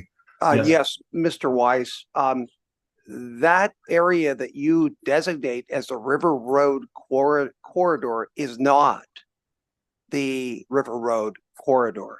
You're taking in the entire northeast, excuse me, that would be the whole northwest neighborhoods. And we in the past have never considered those neighborhoods as part of the River Road corridor. So this is really deceptive as a map. And we need a hard stop here, because when we've dealt with the River Road corridor in the past, it has really been that right around River Road to the river itself. But we've never gone into that neighborhood and designated it. If the neighbors found out that that is a growth center, I can tell you they would be very upset. That is a huge neighborhood, single family residential neighborhood with an elementary school at it, with parks. It is nowhere. If anything, the neighbors have done whatever they can to put a green barrier and barriers between those neighborhoods and River Road. I was involved in the past in looking at getting funding for that area, and we were talking about basically where the car dealers are at to the river, all of that shopping area in there, but never this area. So that is a hard no. That is not a designated area for growth in Puyallup for all of these high density developments that we would normally put in like a downtown regional center or the South Hill Regional Center. So I want to correct that. That is should not go forward as such. Enough said. Thanks, Mr. Mayor. Thank you. Okay, Mr. Weiss, you can continue. Thank you. Yeah, I just want to follow up and say thank you, Councilmember Cascoma. It is absolutely not a designated center according to PSRC. I understand the staff wanted this area studied just to understand what the market opportunities were for the River Road corridor, and that the specific boundary is something that staff is prepared to speak on. But I want to be clear that PSRC has not designated any of that corridor as a regional growth center at this point. Okay, well, those boundaries need to be corrected because that's not, like, again, that would never, if people in those areas, that's an entire neighborhood, huge, massive. And I know you have it listed as the most populous areas because it's one of the biggest neighborhoods that we have in the valley. But it's not a corridor. It is a neighborhood. And there is a clear distinction there. And I want to make that. And if I have to make it to staff, I'll make it to staff. But anyway, that's never been the idea of what we were going to do when we were looking at planning for that area. And I'll just interject, Mr. Weiss, just Councilmember Ferris, I think she wanted to chime in. She also lives in District 1, so she may have a comment on this. Thank you. I'm going to call you Elliot, but if you can, Katie, can you just explain why even the single family houses were, because the River Road corridor was established before I was on council. Sure. And so, but why have you included that? Or, what's the rationale? That's all I'm asking. I never stopped to think about it. Sure. So Councilmember Castima is correct. There is a distinction between the River Road corridor and the River Road neighborhood plan area. So the map is actually, I would say, misnamed in that area. That is the entire River Road neighborhood plan boundary. The River Road corridor is primarily, kind of the immediate parcels on the north and south sides of River Road itself. Right. So we were studying the whole plan area, but that's not the corridor itself. And as we get into the comp plan update, we can certainly talk about whether a refining of those boundaries is important. And Katie, and if, once you decide that it may be just clarifying to say, even delineated on a map, because citizens, Councilmember Caston was right. Citizens there will freak out if, So I appreciate your answer. All right, Mr. Weiss, thank you for that little digression. We wanted to share some thoughts, but we want you to continue, and we appreciate your continued dialogue. Yeah, the digression is apt and appreciated. I think where I was is in talking about the monitoring period, or just getting to that point. PSRC for designated centers, of which River Road is not one, does have a monitoring period in which they make sure that these centers are in compliance or on track to attain compliance with requirements for centers. And so there are certain density requirements. Those density requirements are measured in activity units, which is the PSRC term for combined population and jobs. And the density of activity units is an important thing for the city to plan for going forward. So for South Hill and downtown, but not for River Road, there will be an expectation on the part of PSRC that you will be looking at, as part of your comprehensive plan, land use scenarios that keep you on track to achieve those densities of, again, both jobs and persons, population, also referred to as activity units.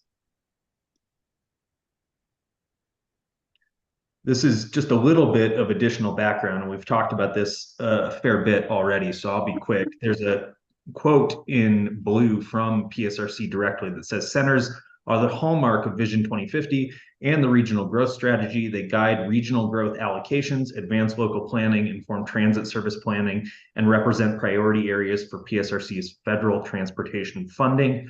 I would emphasize the back half of that, which is sort of the why. Why would you be concerned about compliance with the center's designation and the criteria for continued redesignation? And that is that it is one of the important factors in obtaining funding from PSRC, in obtaining federal dollars for things like transportation and infrastructure.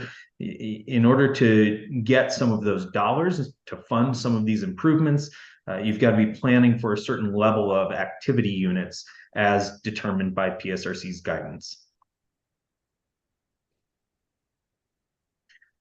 We'll jump into a few key findings. This is not exhaustive, but I wanted to highlight a few things, both about current conditions in terms of population and jobs, but also in terms of the real estate market. And I'm happy to answer questions about other aspects or other factors here that are not shown on screen. But just in terms of activity units currently across the 3 sub areas for study, again, with one of those sub areas not being a designated regional growth center, River Road is the most populous. Again, to council members' point, these sub areas are not the same size. And so some will, by their nature, have more jobs or more population. But it is South Hill that has the most jobs, and downtown has about 1/3 the population of River Road and the fewest total activity units. Downtown also has the fewest acres of land, so that may be expected. But ultimately, PSRC is going to look at whether or not you are planning for a certain density on a per acre basis of activity units. So in terms of your planning targets, that will be normalized based on land area. This is an exhibit illustrating current employment by sector. There are some similarities between South Hill and downtown, where the services sector predominates with a majority of employment by number of jobs, or by, I suppose, by share of jobs in both of the 2 areas. That is contrasted with the River Road corridor, where employment is predominantly in the retail sector. In most cases, construction and resources shows up quite prominently, and retail is the second leading sector in terms of share of total employment in both South Hill and downtown. These are a few real estate metrics. The first on the left is citywide data, and this is just showing inventory in terms of square footage by type. And by type, I mean we've broken it out into office, retail, multifamily, and industrial. So it is fairly broad. But generally, we see that inventory has been increasing fairly consistently since 2006, and we think that that does demonstrate some market interest in Puyallup. There are people willing to invest their dollars in building real estate in the city. And then the next exhibit on this slide and the 2 on the following slide will speak to vacancy rates by type in each of these sub areas of study. The first up is South Hill. And one of the notable trends is that even though we see very low vacancy rates, under 5% for all types except office, we do see that particularly kind of during and post-pandemic, the office vacancy rate has increased. So even if South Hill is not considered a primary office market, those office properties are showing higher levels of vacancy that may illustrate weakening or inconsistent demand. The same vacancy data for downtown on the left and for River Road on the right generally show strong demand across all product types. And I would caveat this by saying that vacancy rate alone is completely insufficient to assess demand. And so some of the work that we have in front of us is to do focus groups with commercial real estate professionals, to do individual interviews with stakeholders, And there are other factors at play here, even in terms of the data, but at least in terms of vacancy, we're showing that there's a relatively tight market for all products, office, retail, multifamily, and industrial across these two centers. Again, I sort of can't caveat this enough. I mean, it's not to say that River Road, as depicted on that map that we were discussing, is a good home for industrial. It could be the case that there's very little industrial space there now, but it's been consistently occupied over time. And so the vacancy rate remains low, but that doesn't necessarily indicate appetite for construction of new industrial space. So it's an indicator, but not the only indicator, and just something that we were highlighting on the slide to say that there is interest in investing in the city of Puyallup. PSRC also, along with Pierce County for that matter, gives you growth targets. For PSRC, it comes in the form of those density requirements in terms of activity units. And then also they publish a forecast of both jobs and employment. Pierce County separately will adopt growth allocations city by city, countywide.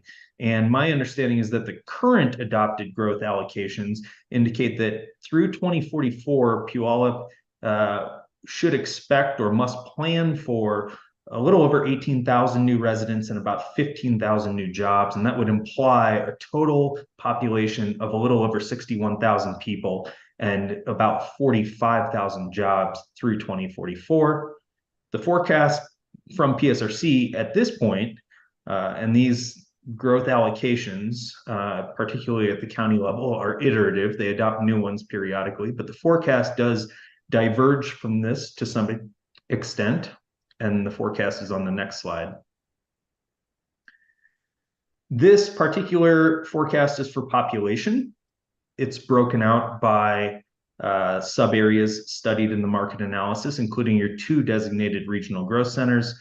According to the forecast, through 2044, South Hill would add about 10,400 people for a 6%, that acronym is CAGR, compound annual growth rate. It's basically an average annual growth rate. In an average year through 2044, South Hill would grow by 6% in terms of population.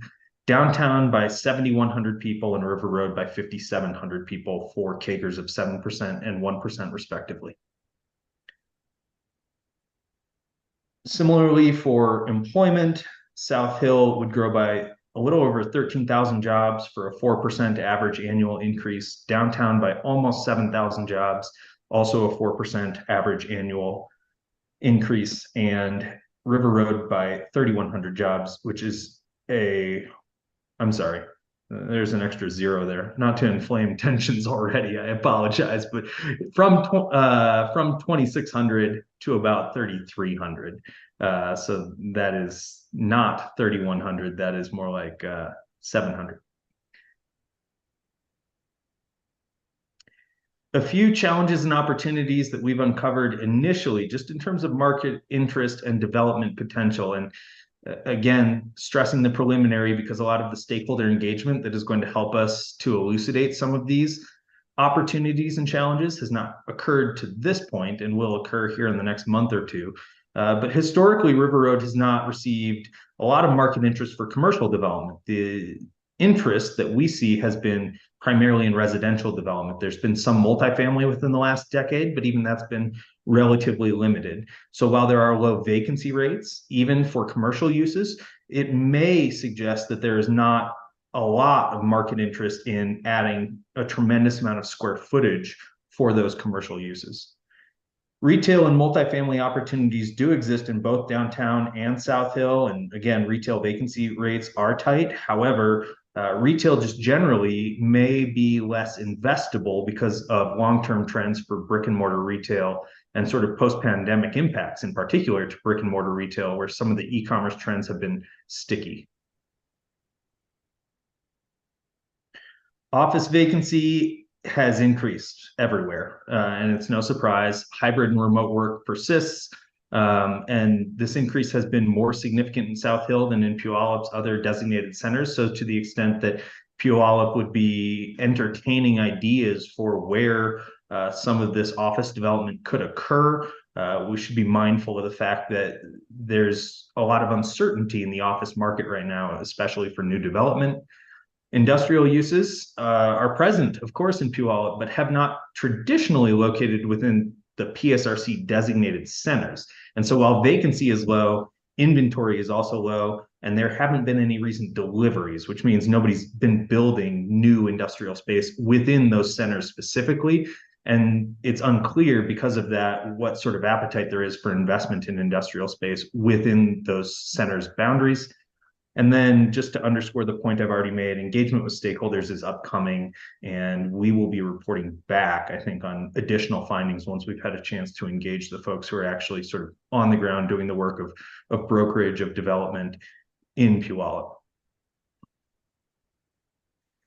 Next steps, PSRC will, again, to go back to one of my first slides on the monitoring period, use your comprehensive plan to verify that you are in compliance or on a path to compliance with the center's requirements. If you wish to maintain your center's designations for South Hill and downtown, our analysis is underway of development capacity. So we need to be able to show to PSRC that you have the capacity based on the amount of land that is deemed redevelopable and the zoning that allows certain intensities of development to accommodate the forecasted population and employment growth within those centers.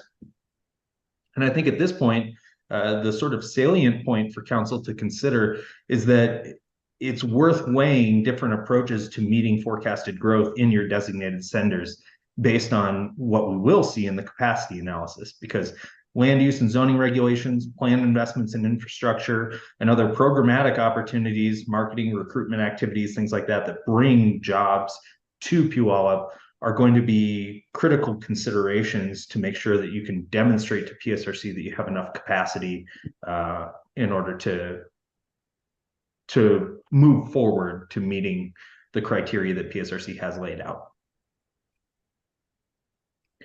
So with that, we wanted to pose two questions for discussion tonight. One, regional centers are locations where future growth should be focused. What do you think are the most important issues for the city to consider as it develops land use alternatives related to South Hill and downtown? That's very much a next step in the comprehensive planning process, is to identify these alternatives for land use and development regulations in the city, and what strategies would be acceptable to focus more growth in the regional centers. And with that, I'm open to discussion and questions. Thank you. All right, thank you, Elliot. Appreciate that. So council, if you want, this will be our last topic of the evening, unless there was any further things that we need to bring to our attention.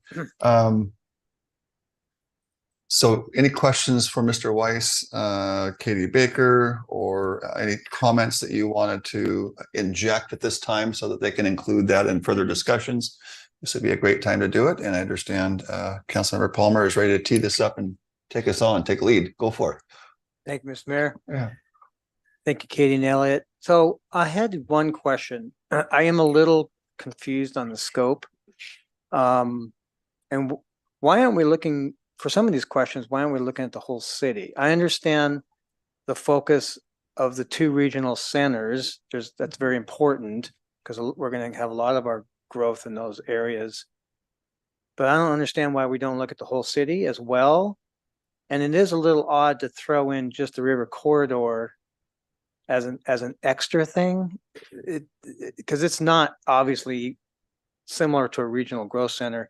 Mm-hmm. And we have other areas, you know, like we have a mixed use out by Shaw Road, which I think would be, to me, is equivalent to the river corridor in terms of we're looking for mixed use in some of those areas. So why would we pick river corridor? That's the scope issue is a little confusing to me. So we scoped the market analysis specifically to focus on the regional growth centers. But as you said, Councilmember Palmer, we are looking, our land use alternatives will obviously consider the whole city. And just to give a little preview of that, we essentially have kind of a more growth center focused alternative and a more dispersed kind of centers and corridors approach alternative that we're looking at. So it's not to say that we're, ignoring some of those other centers, kind of less formal centers or commercial corridors in the land use alternatives. We certainly will, and we will study all of that. But for the market analysis itself, we were focusing on the growth centers because that is where a majority of the growth has been expected and is continued to be expected to go. So we want to be sure we understand how those are performing and how they're able to accommodate that future growth. As for the River Road Corridor Plan area, we did include that because that is a designated area in the comprehensive plan. So again, while it's not a PSRC center, our comprehensive plan does have a specific neighborhood plan for that area. We have not seen really any development in that area since the plan was adopted, I think in 2009 or 10.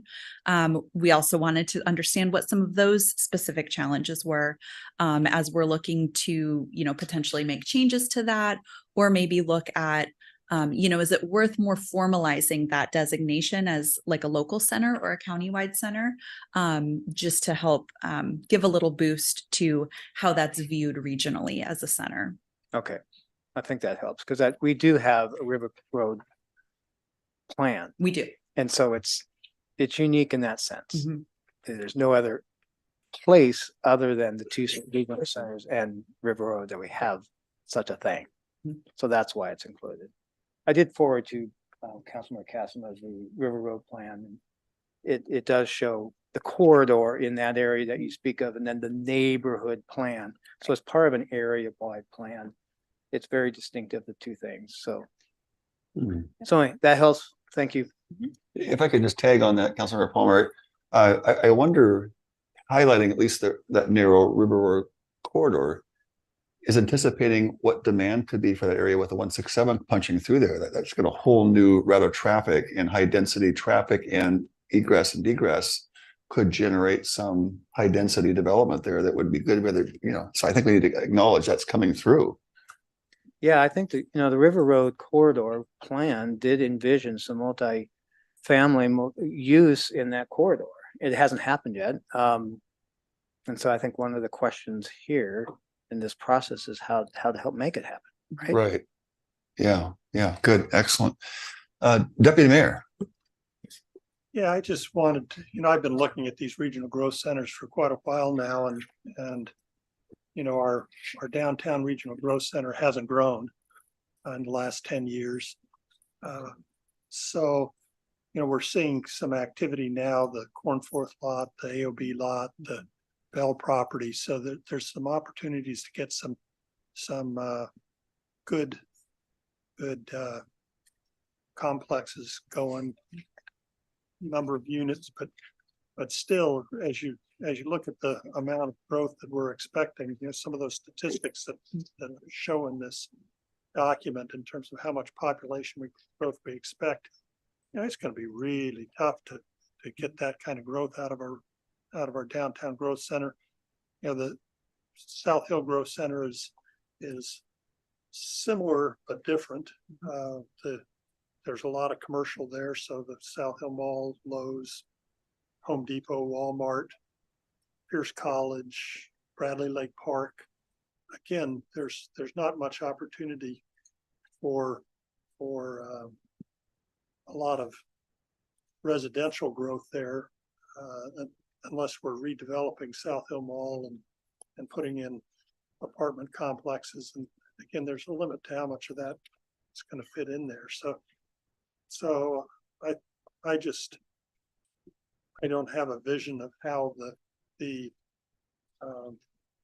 how we're going to get this amount of population and jobs growth without spilling over into our neighborhoods outside of the growth centers. So, and one of the questions I ask myself is, do we have the right growth centers? These things were put together 15 years ago, and as we go through this comprehensive plan, does it make sense to look at the boundaries that we've got for those growth centers, and maybe redesign them somewhat to reflect the areas where we expect growth to come from. And so anyway, those were some of the thoughts. Like I said, I've been struggling with this and don't have a clear view of how we're gonna get from where we are today to where we're supposed to be in 2044. And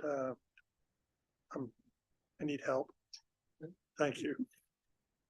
All right, next, Councilmember King. Thank you, Mr. Mayor. Sure.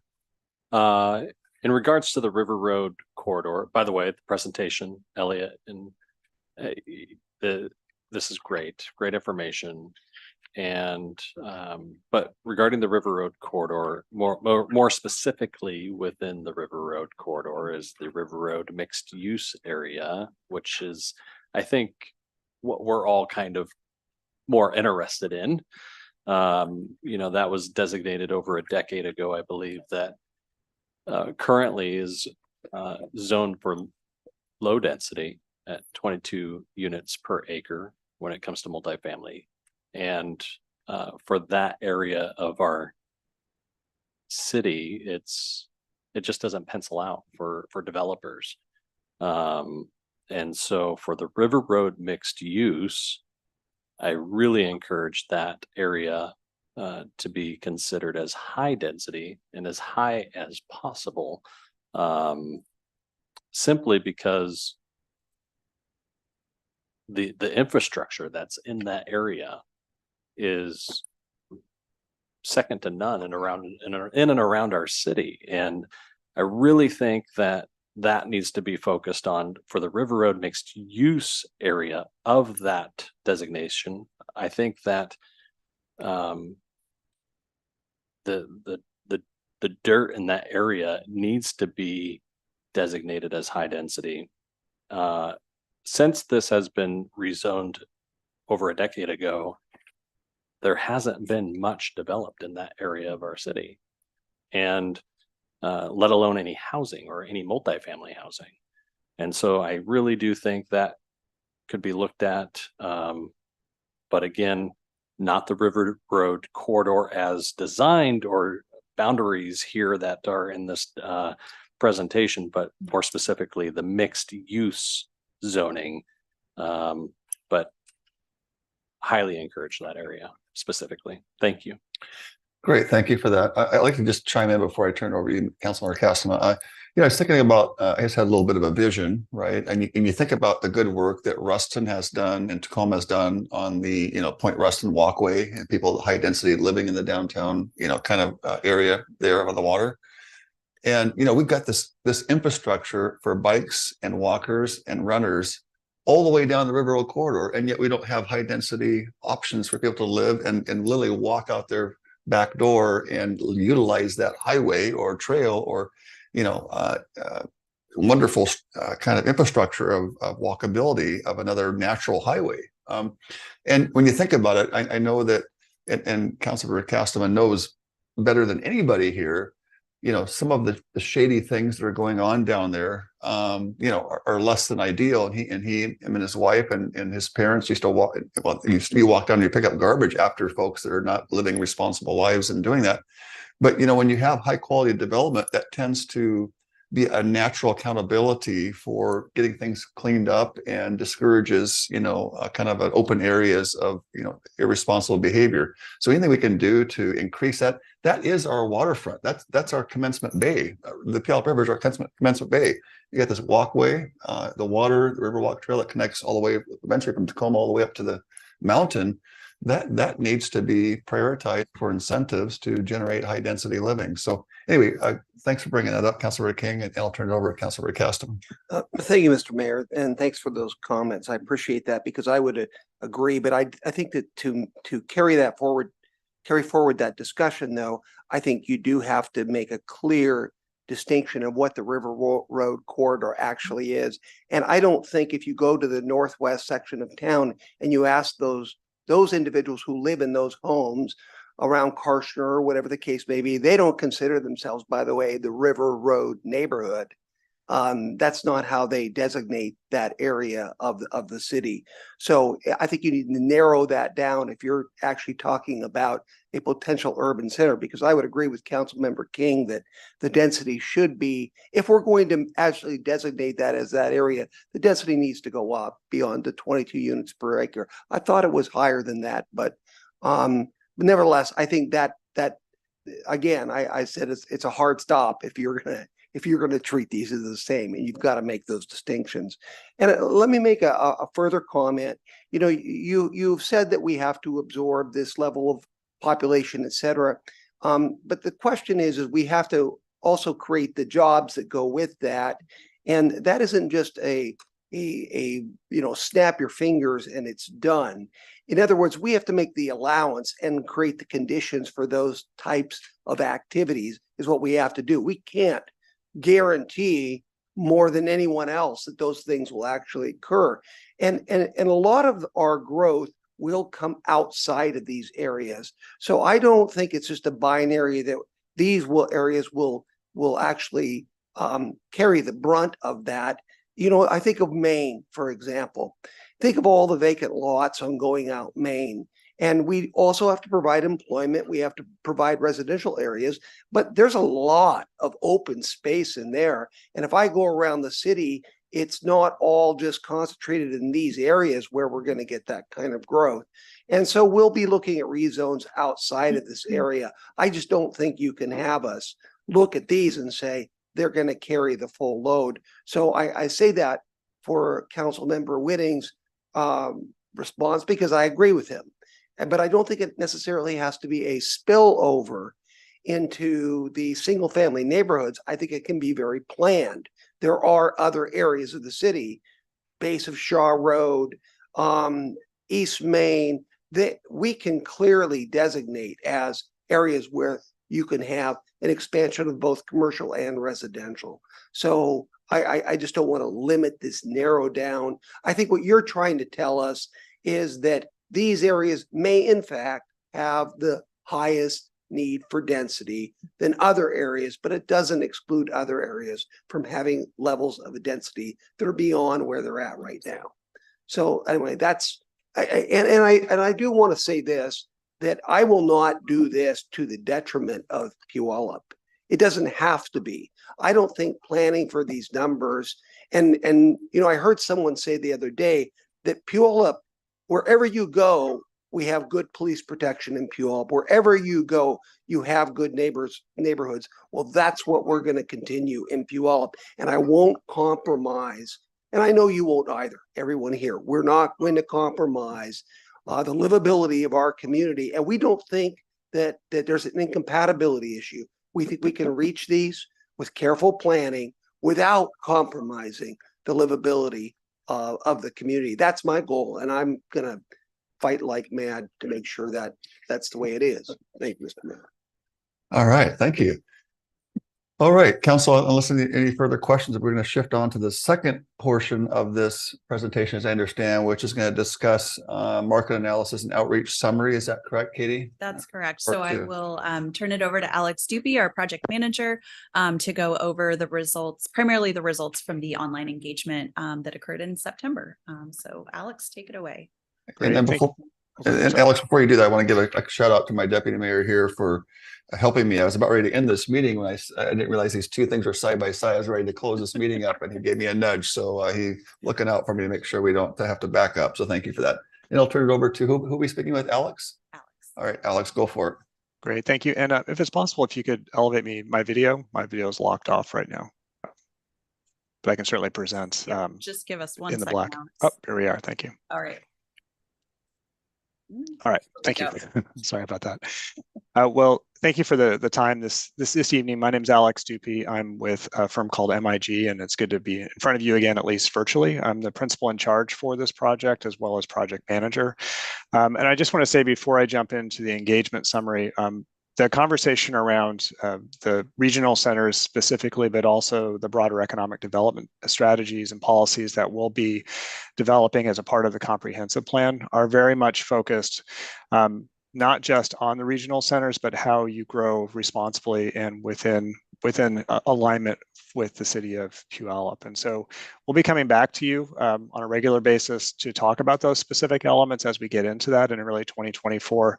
But I just want to give you a kind of a prelude to that we will be talking about that in depth as we get into some of the more specific analysis early and mid next year. But with that, I want to just touch briefly on the virtual engagement primarily that we covered, but just to remind you that we were doing a number of in-person events and activities. City staff was out in the community a lot over the summer just to get early feedback and information about key elements of what makes Puyallup great. What are some things that people find as great opportunities within the city, or other elements that they would want the comprehensive plan to address? And so we captured a lot of that information about key assets and issues, vision statements and elements. Those things really inform the goals and the vision for the comprehensive plan. And so in the coming months, we'll be bringing that back to you to start talking about some of that specific language. But just want to give a shout out to city staff. They did a lot of hard work this past several months to be out in community and talk with folks.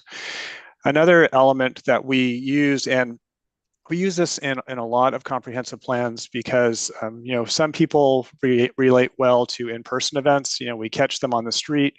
We have in-person events to do different exercises, but really, a lot of folks have, varied schedules and aren't able to, meet in person, or they have other commitments that don't allow them to do that. So we often reach out online to ask similar questions. And so that's what I'm going to show to you this evening, because I think it's really deep information. The amount of information that we gathered focused a lot on, those vision elements and other things that we'll be talking about as a part of the land use alternatives. But I just wanted to give you a sense of where people are coming from in terms of responses.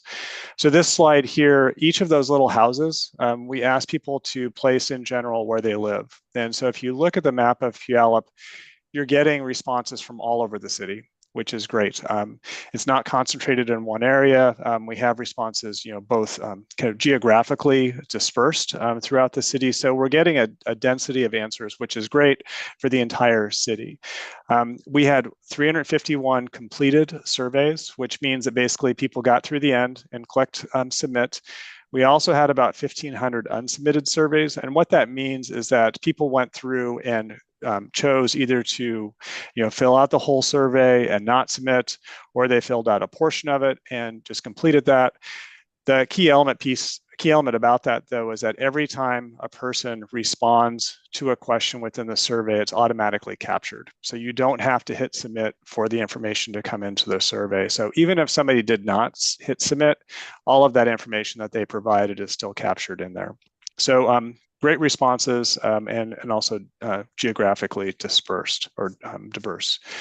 So we asked key elements or key statements about specific vision elements. What makes Puyallup great?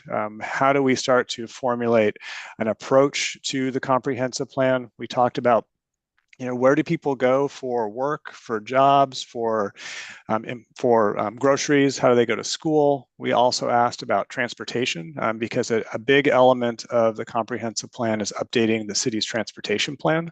So we were collecting information about that.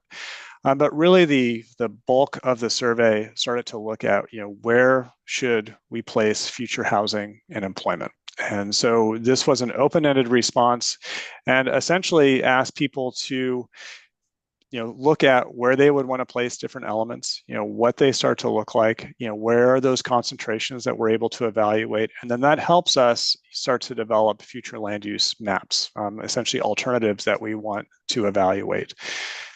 So, in general, people, when they want for housing, they do want to see more, detached or single family homes or duplexes, but also a lot of folks brought up the fact that they want to see different types of uses like mixed use, townhomes and smaller apartments. And I think that really gets to the diversity of housing that people want to see in Puyallup, which goes to both an economic question as well as, where you are in stage of life. If you're just starting out versus, maybe when you have a family versus when you retire, the idea is to stay in Puyallup for your life. but you need different housing types to be able to do that. And so a large range of housing types that people identified as, kind of key drivers for what they need to stay in Puyallup. How employment is provided, we also asked those questions. By far, the majority of people wanted to see employment within mixed use. And when we say mixed use, that doesn't necessarily mean ground floor retail with housing or office above. That could be employment adjacent to multifamily. I think the key element for this is really about, having services and homes close to one another. And we start to see that borne out in some of the mapping that I'll show you in just a moment. And then, of course, commercial, just general services provided by the city. So those are kind of the key overarching elements. And then when we start to look at kind of specific locations, we also ask people, we have these targets, both both housing and employment. Where would you start to place those? Where would you start to place those on a map? And this was a completely open-ended survey. We didn't place any limitations based on zoning or any other elements. We just asked people to say, you have a certain amount of housing that you need to place, where should you do it? You have a certain amount of jobs that you need to place, where should you do it? So the hotter colors on these maps are the ones where they're the largest concentration of pins placed on the map. So when we look at this example for triplex and fourplex, the Shaw Road and East Pioneer intersection was a hot spot on many different land use types.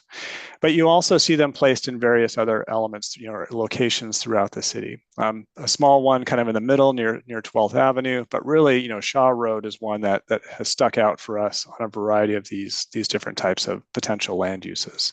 And again, not based on existing zoning, just based on where people think these things should go.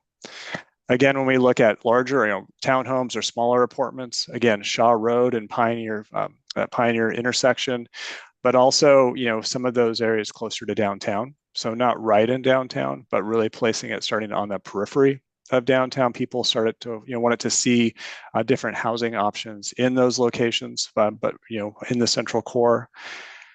And then when we get to larger apartment buildings, so these are buildings that might be 4, 6 stories, larger buildings, you do start to see those stronger concentrations. So again, when we think about, a regional center like downtown or South Hill, those areas are areas that people are gravitating towards and where those types of uses could be located. Again, an interesting one that caught us by surprise is that Shaw Road and Pioneer Avenue intersection. So that again is an interest point for many people, starting to think about what that might start to look like. But yeah, as we get the density, we start to see the regional centers pop up, and then we see some other smaller locations also start to be identified.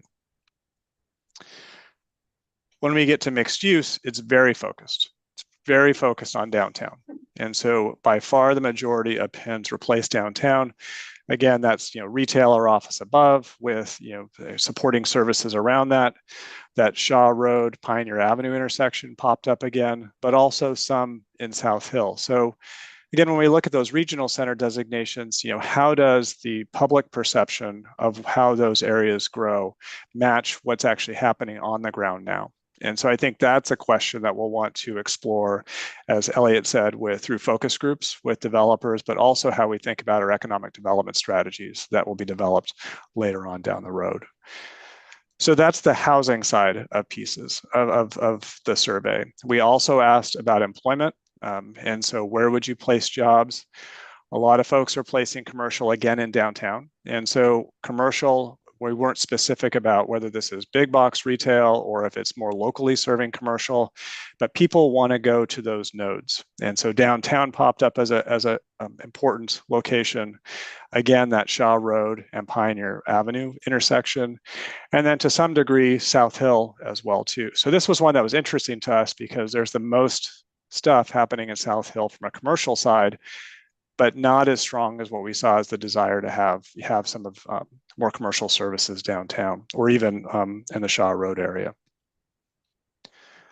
And then when we get to industrial, really focused north, that's not surprising. That's a very specific land use. Again, Shaw Road popped up. There's a lot of different things that are happening down in that area, but also, northern Puyallup as well too. And again, that's not surprising because there's a lot of industrial already out there. And so people identify that as a place to keep it, certainly not focused in any of the neighborhoods. There were very few or no pins placed in, an established neighborhood. So, which is great because that's that's not a place that we'd necessarily support that.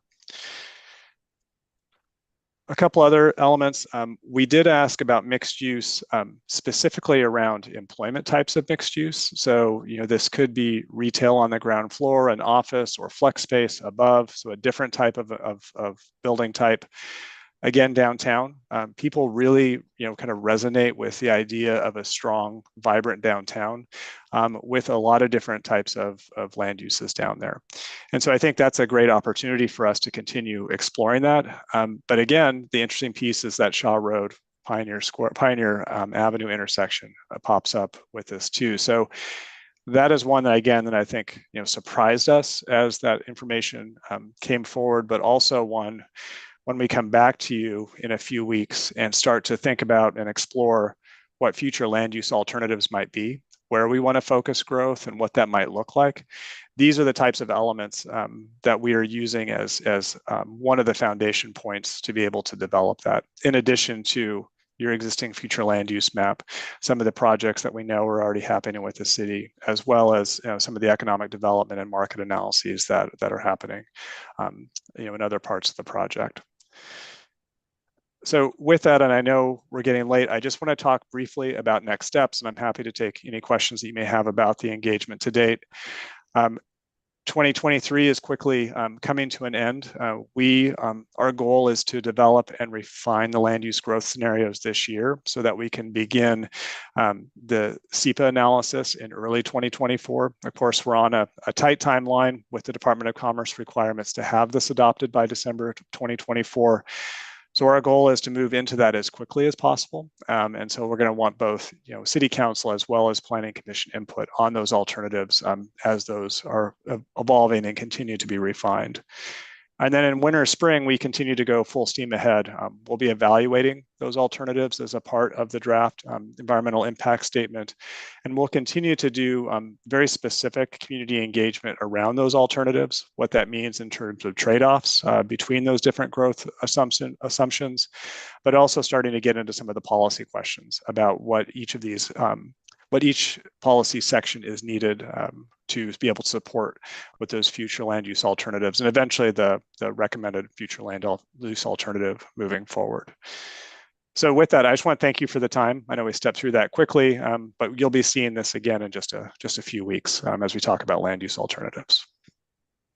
All right, great. Thank you, Alex. I see we have a couple of council members that have already teed up some comments and or questions, and I would encourage council members to be a good time to chime in on some thoughts. And I hope that Councilmember Caston will chime in on those hotspot ideas. I think he had some comments on that. I'd love to hear your comments on that. First of all, we'll open up to Councilmember Dorr. Thank you. Great presentation, Alex. I just had a question, since I didn't take the survey, as to how these terms were defined. So was there explanation about, so when you talk about the mixed use, do you tell them what that is? What did the survey look like? Yeah, so each element, so there were a number of different sections with the survey, and when respondents got into either the residential or the employment section, they had a series of choices, and that's how I was showing some of the results. But you could click into each of those choices and it would provide precedent imagery as well as a description of what those types of land uses are. So it's a way to, kind of dig in to that before you make a choice in how you select. And we also did that for the transportation elements too, which I didn't present on tonight just because of time. But being able to dig into, for example, this intersection is really dangerous. We had an extra click through where that we could ask why. And so that the information was, a couple layers deep, particularly for assets and transportation. But yeah, they were provided all that information as part of the survey to make decisions. Okay, great. Thanks. I just want to make sure that sometimes we use terms and people they mean something different to someone else. So thank you. No, that's a great question. Appreciate that. Excellent. Thank you. Councilmember Palmer. Thank you. Thank you for the presentation, Alex. So yeah, the Shaw Road Pioneer intersection is a little interesting, a little bit surprising, but actually thinking about it a little bit, probably not. I think the reason why is because we have the new Safeway complex down there, and then we have visible open space around it, right? And so people driving around towns like, okay, we have this new Safeway shopping center, but there's nothing around it, right? Yet. And so I think that's probably why people said, well, there's a public opportunity there because there's not much immediately around it. Now we do have 2 projects that are moving forward that will definitely provide substantial amount of housing in that area. And then we also have that mixed use area, kitty corner from the Safeway, which is a great opportunity for a very cool development. Maybe retooling that. I mean, just so everybody knows that area is kitty corner. It's a large area. It's and it's intended to be a mixed use development, and it's across from Step by Step, and so it's a whole area there, and such an opportunity for a fantastic project that could be really well done. And so figuring out how to make that happen. That's what it's zoned for now. But I think that's a lot of opportunity there. Yeah, thank you. It could create like a neighborhood vibe there with the park there and the trail system there.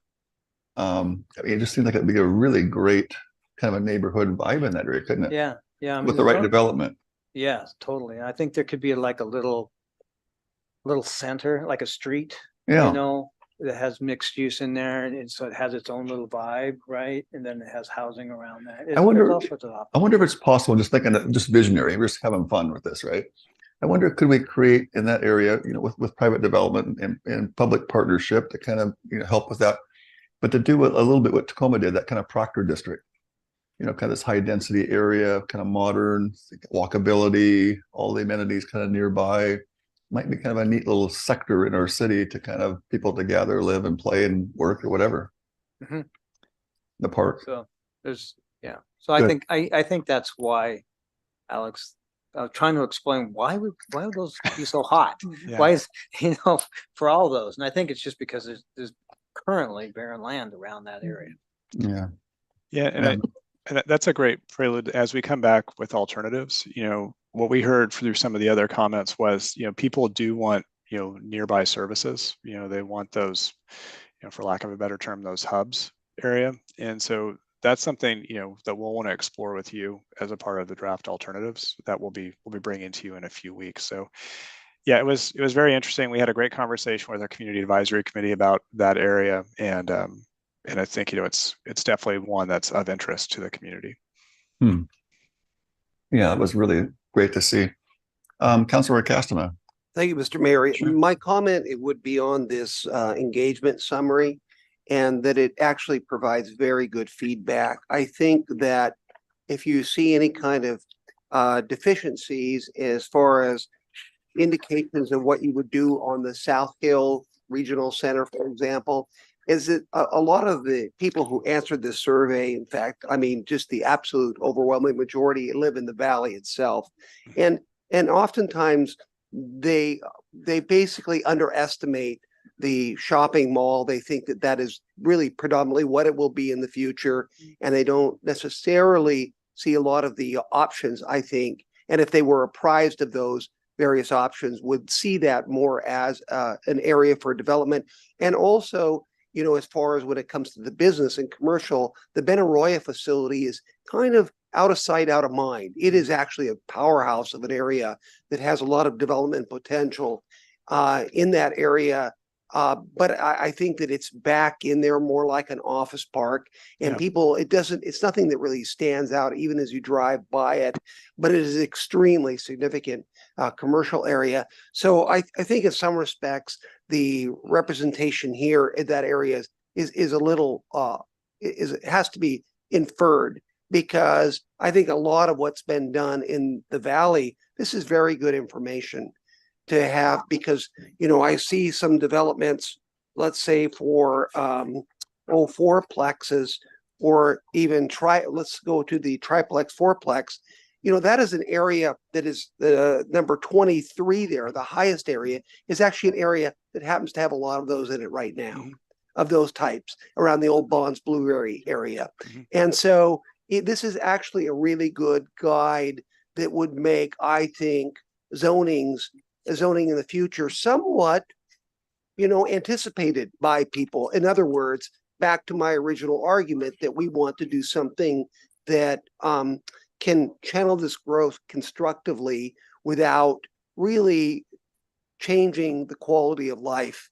And I would also say, by the way, any underrepresentation you see in the River Road corridor would be because many people do not even think that area is even in their wildest dream would it be any kind of residential. They just assume it's going to be the way it always has been, and if anything, it would be more automotive.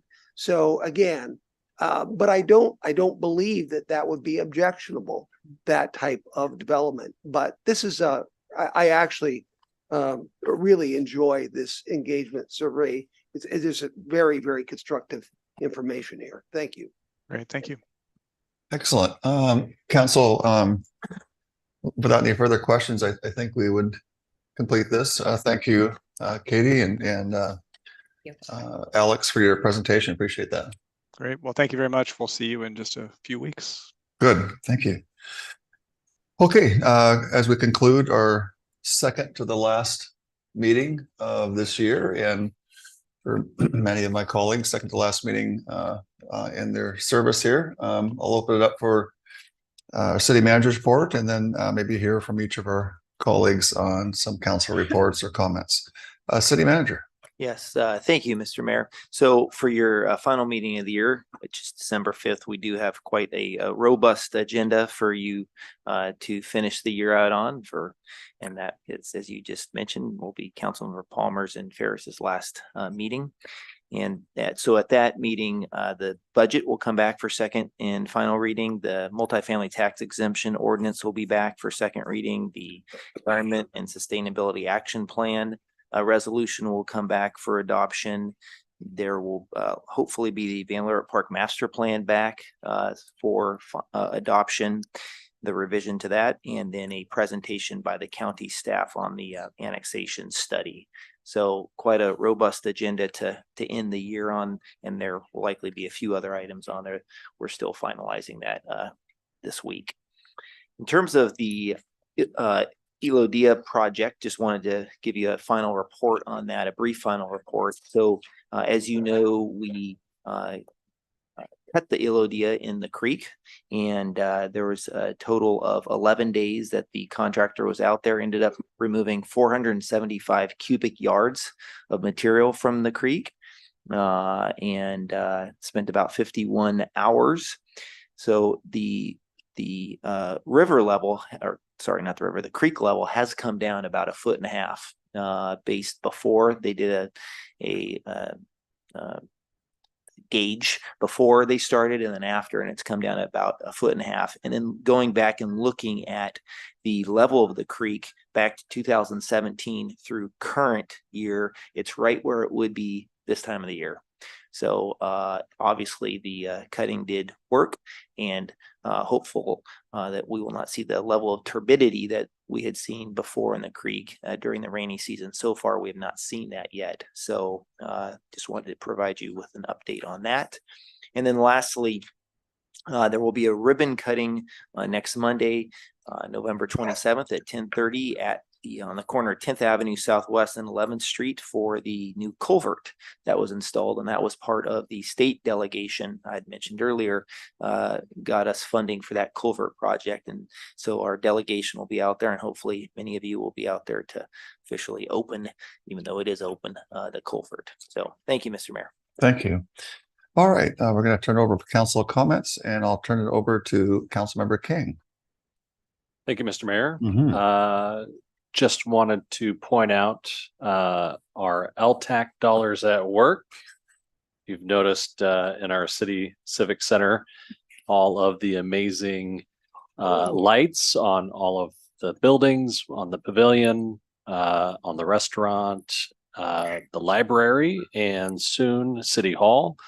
And we'll be seeing all of those lights on display for our December 2nd Santa Parade that we'll be having next week. And so all of those lights are a great addition to our city, and all the special festivities throughout the year that we get to celebrate. So thank you. Thank you. Excellent. All right. I'm going to turn it over to Councilmember Dorr. I'll pass. Thank you. Thank you. Councilmember Palmer. Thank you, Mr. Mayor. Yeah. Yeah. Councilmember King, good effort. Good way to bring up those lights 2 years ago, whatever it was. It's come to fruition. I think it's gonna be great. So nice job. Not that you put them on.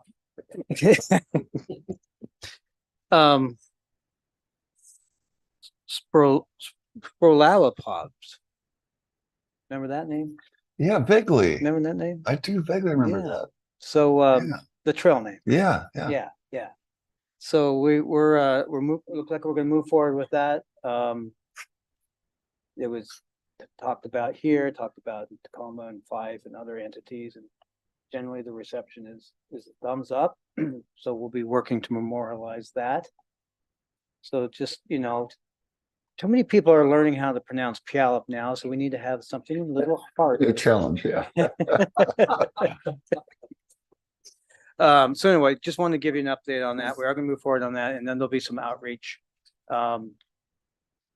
I don't know, maybe at the beginning of next year on that. So that'll be interesting in seeing how the community responds to that. But I think it's gonna be a great educational opportunity with that name for the trail. That was as it was talked about last time, we talked about this. That's the native dialect language for like 11 tribes here. And the Puyallup tribe is really working on the education of its original language. So this will be enormous help in that regard. So that's it. Thanks. Excellent. Councilmember Ferris. Thank you, Mr. Mayor. Sure. So I just wanted to touch on two things. One is one of our citizens talked about us not giving enough support to New Hope. And there's not a lot of things that I know a lot about, but I can tell you that there is one thing that I do know a lot about, and that is substance abuse. So with 33 years of sobriety, I can tell you that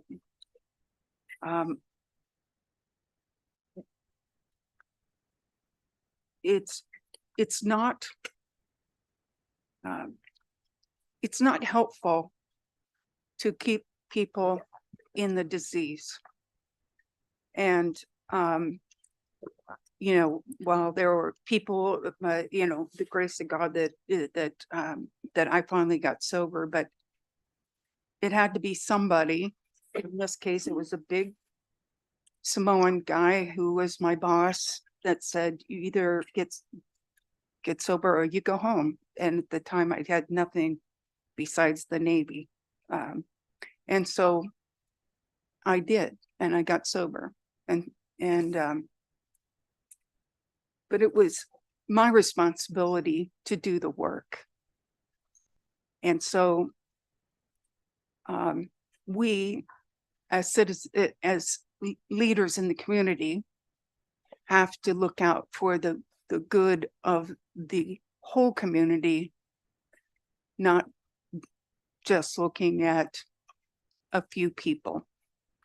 And I can tell you that I've helped a couple of people from New Hope who have led to, I can't even say it out loud, I'm so embarrassed, but have stolen and have done other things that I can't even talk about. But I also want to say that New Hope has really fought against us every step of the way to work for a community or a whole community response to it. And so I think it was completely unfair to shame us. First of all, not everybody up here is religious. I mean, the people who are want to share their experience, strength, and hope, then that's fine. But to come up here and shame us because we don't live our life the same way that they do, but we have, at least me, I have 8 years of experience trying to work on this issue, and I know that Councilmember Castma has too. We don't want people who are homeless, but we can only help those who want to help themselves. And so I wanted to say that just because, just because I do have the experience in that area. And I guess I'll just end with that. But the second thing is Councilmember Castma said that he's not going to be here at my final meeting, which I completely understand. But I wanted to just say that that during the last few years of I've been extremely ill, and I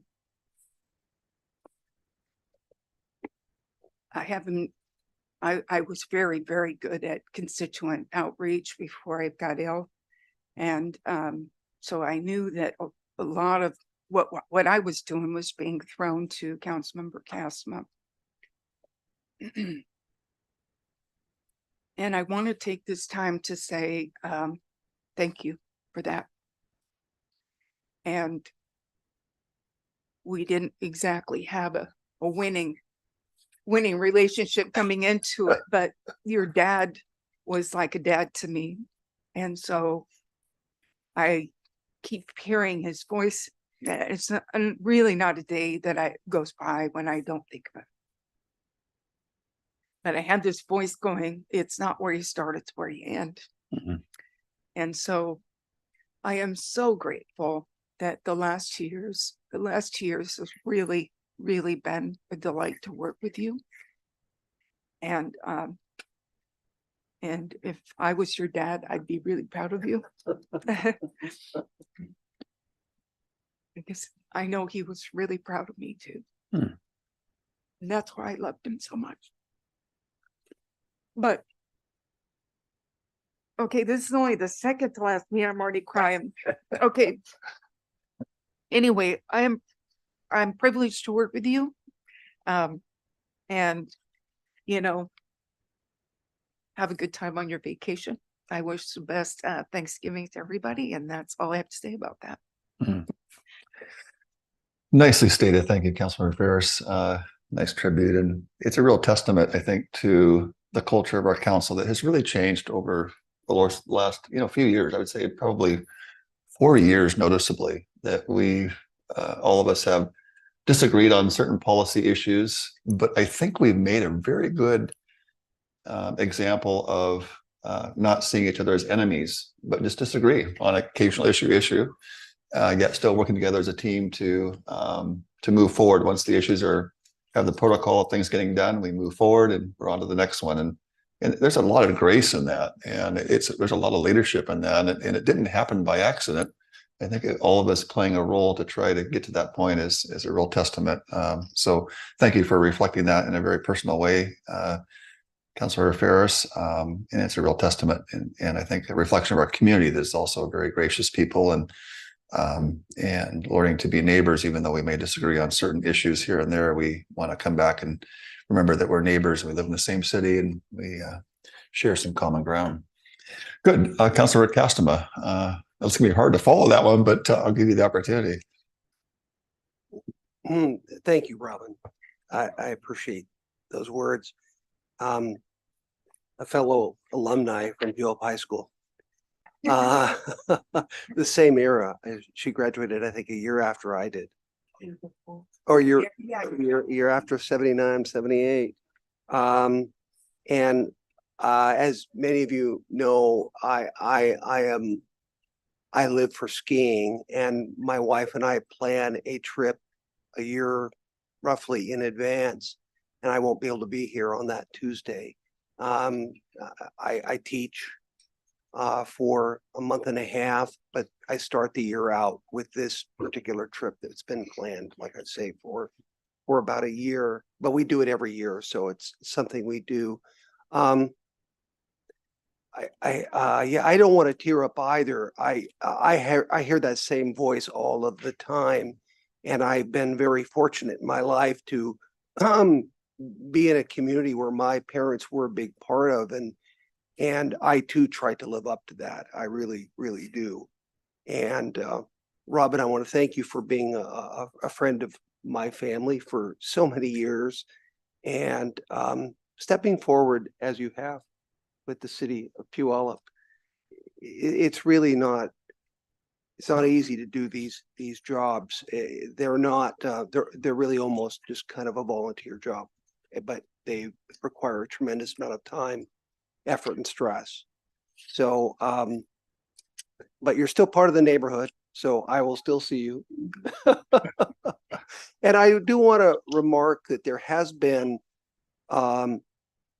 you know, we're looking out for the safety of neighborhoods when you have someone who uses their personal experience that really understands issue like you've mentioned, substance abuse. It brings an entire different fabric because you've actually lived with the decisions that you've made and policy decisions. And I think that's very rare today. So many elected leaders make policies, but they don't have to live with the consequences of it. And I believe that much of what we do in life and where we go is based on where we perch. That's a weird term, but it's where we live. It's the neighborhoods we're committed to. When we walk out our door, what we see, what we've had the life experience. And, you know, some people try to remove themselves from living in our neighborhoods, et cetera, so they don't have to live with the decisions that they make. But we've made that choice that this is where we're at. And so it's, you know, it's where the rubber meets the road, so to speak. So thank you, Robin. That's all. Okay, thank you. Deputy Mayor. Oh, I'm going to go the same place. I've been thinking a lot lately about our council, and I feel privileged to have been served for the past 4 years and have enjoyed the time and gotten to know my fellow council members, and it's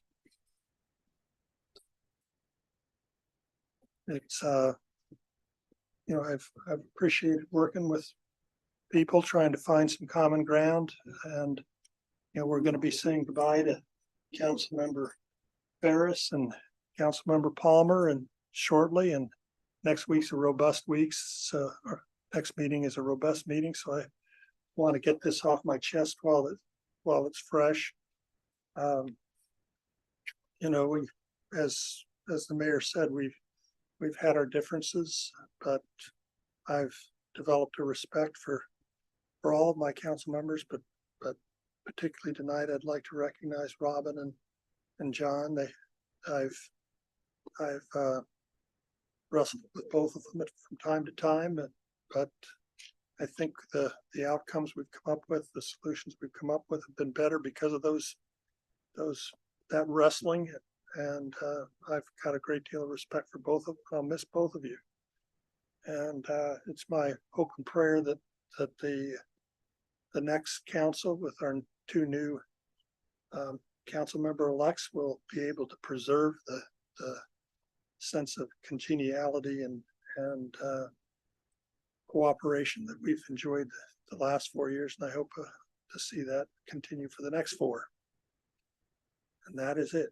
Thank you. Thank you, Deputy Mayor.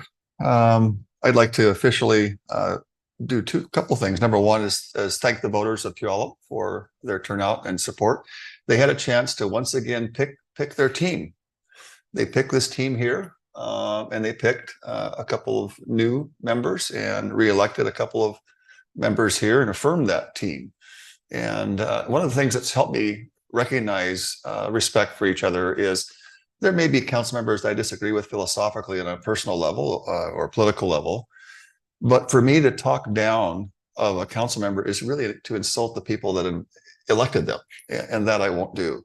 I'll disagree and share my perspective, but to show disrespect to council members, in my opinion, is not just it's a real disdain to, I think, to those who elected them. They put the team together, and so we are now charged, and always will be charged, to work together with the team that the people put together.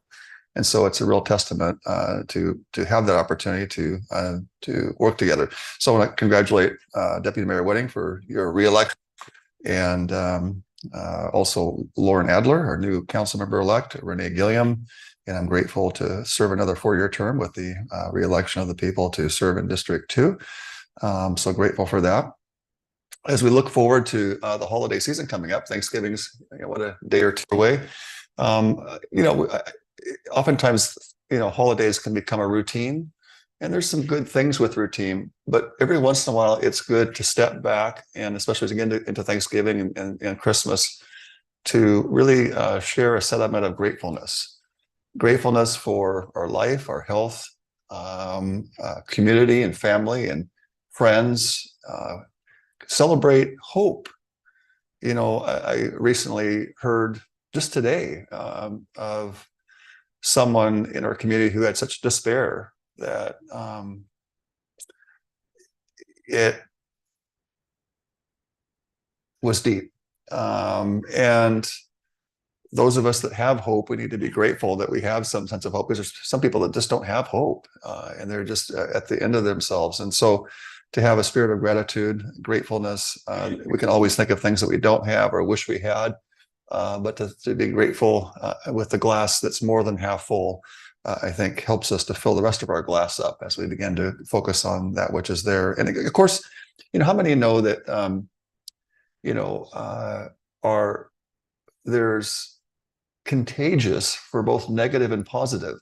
As we are conduits of positive gratitude and gratefulness, that is contagious to others. As we are pessimistic, that's also contagious. So I think we should be instruments of gratitude and thankfulness, because we know that it doesn't just stay with ourselves, but it spreads to those that we know, we love, strangers even, I think, pick up on that. So as we anticipate Thanksgiving, please take a moment to enjoy family, friends, community, and take a deep breath and soak it in, because it's a gift that we've been given, and we should express that. That being said, I want to focus also on the upcoming Christmas parade coming up soon.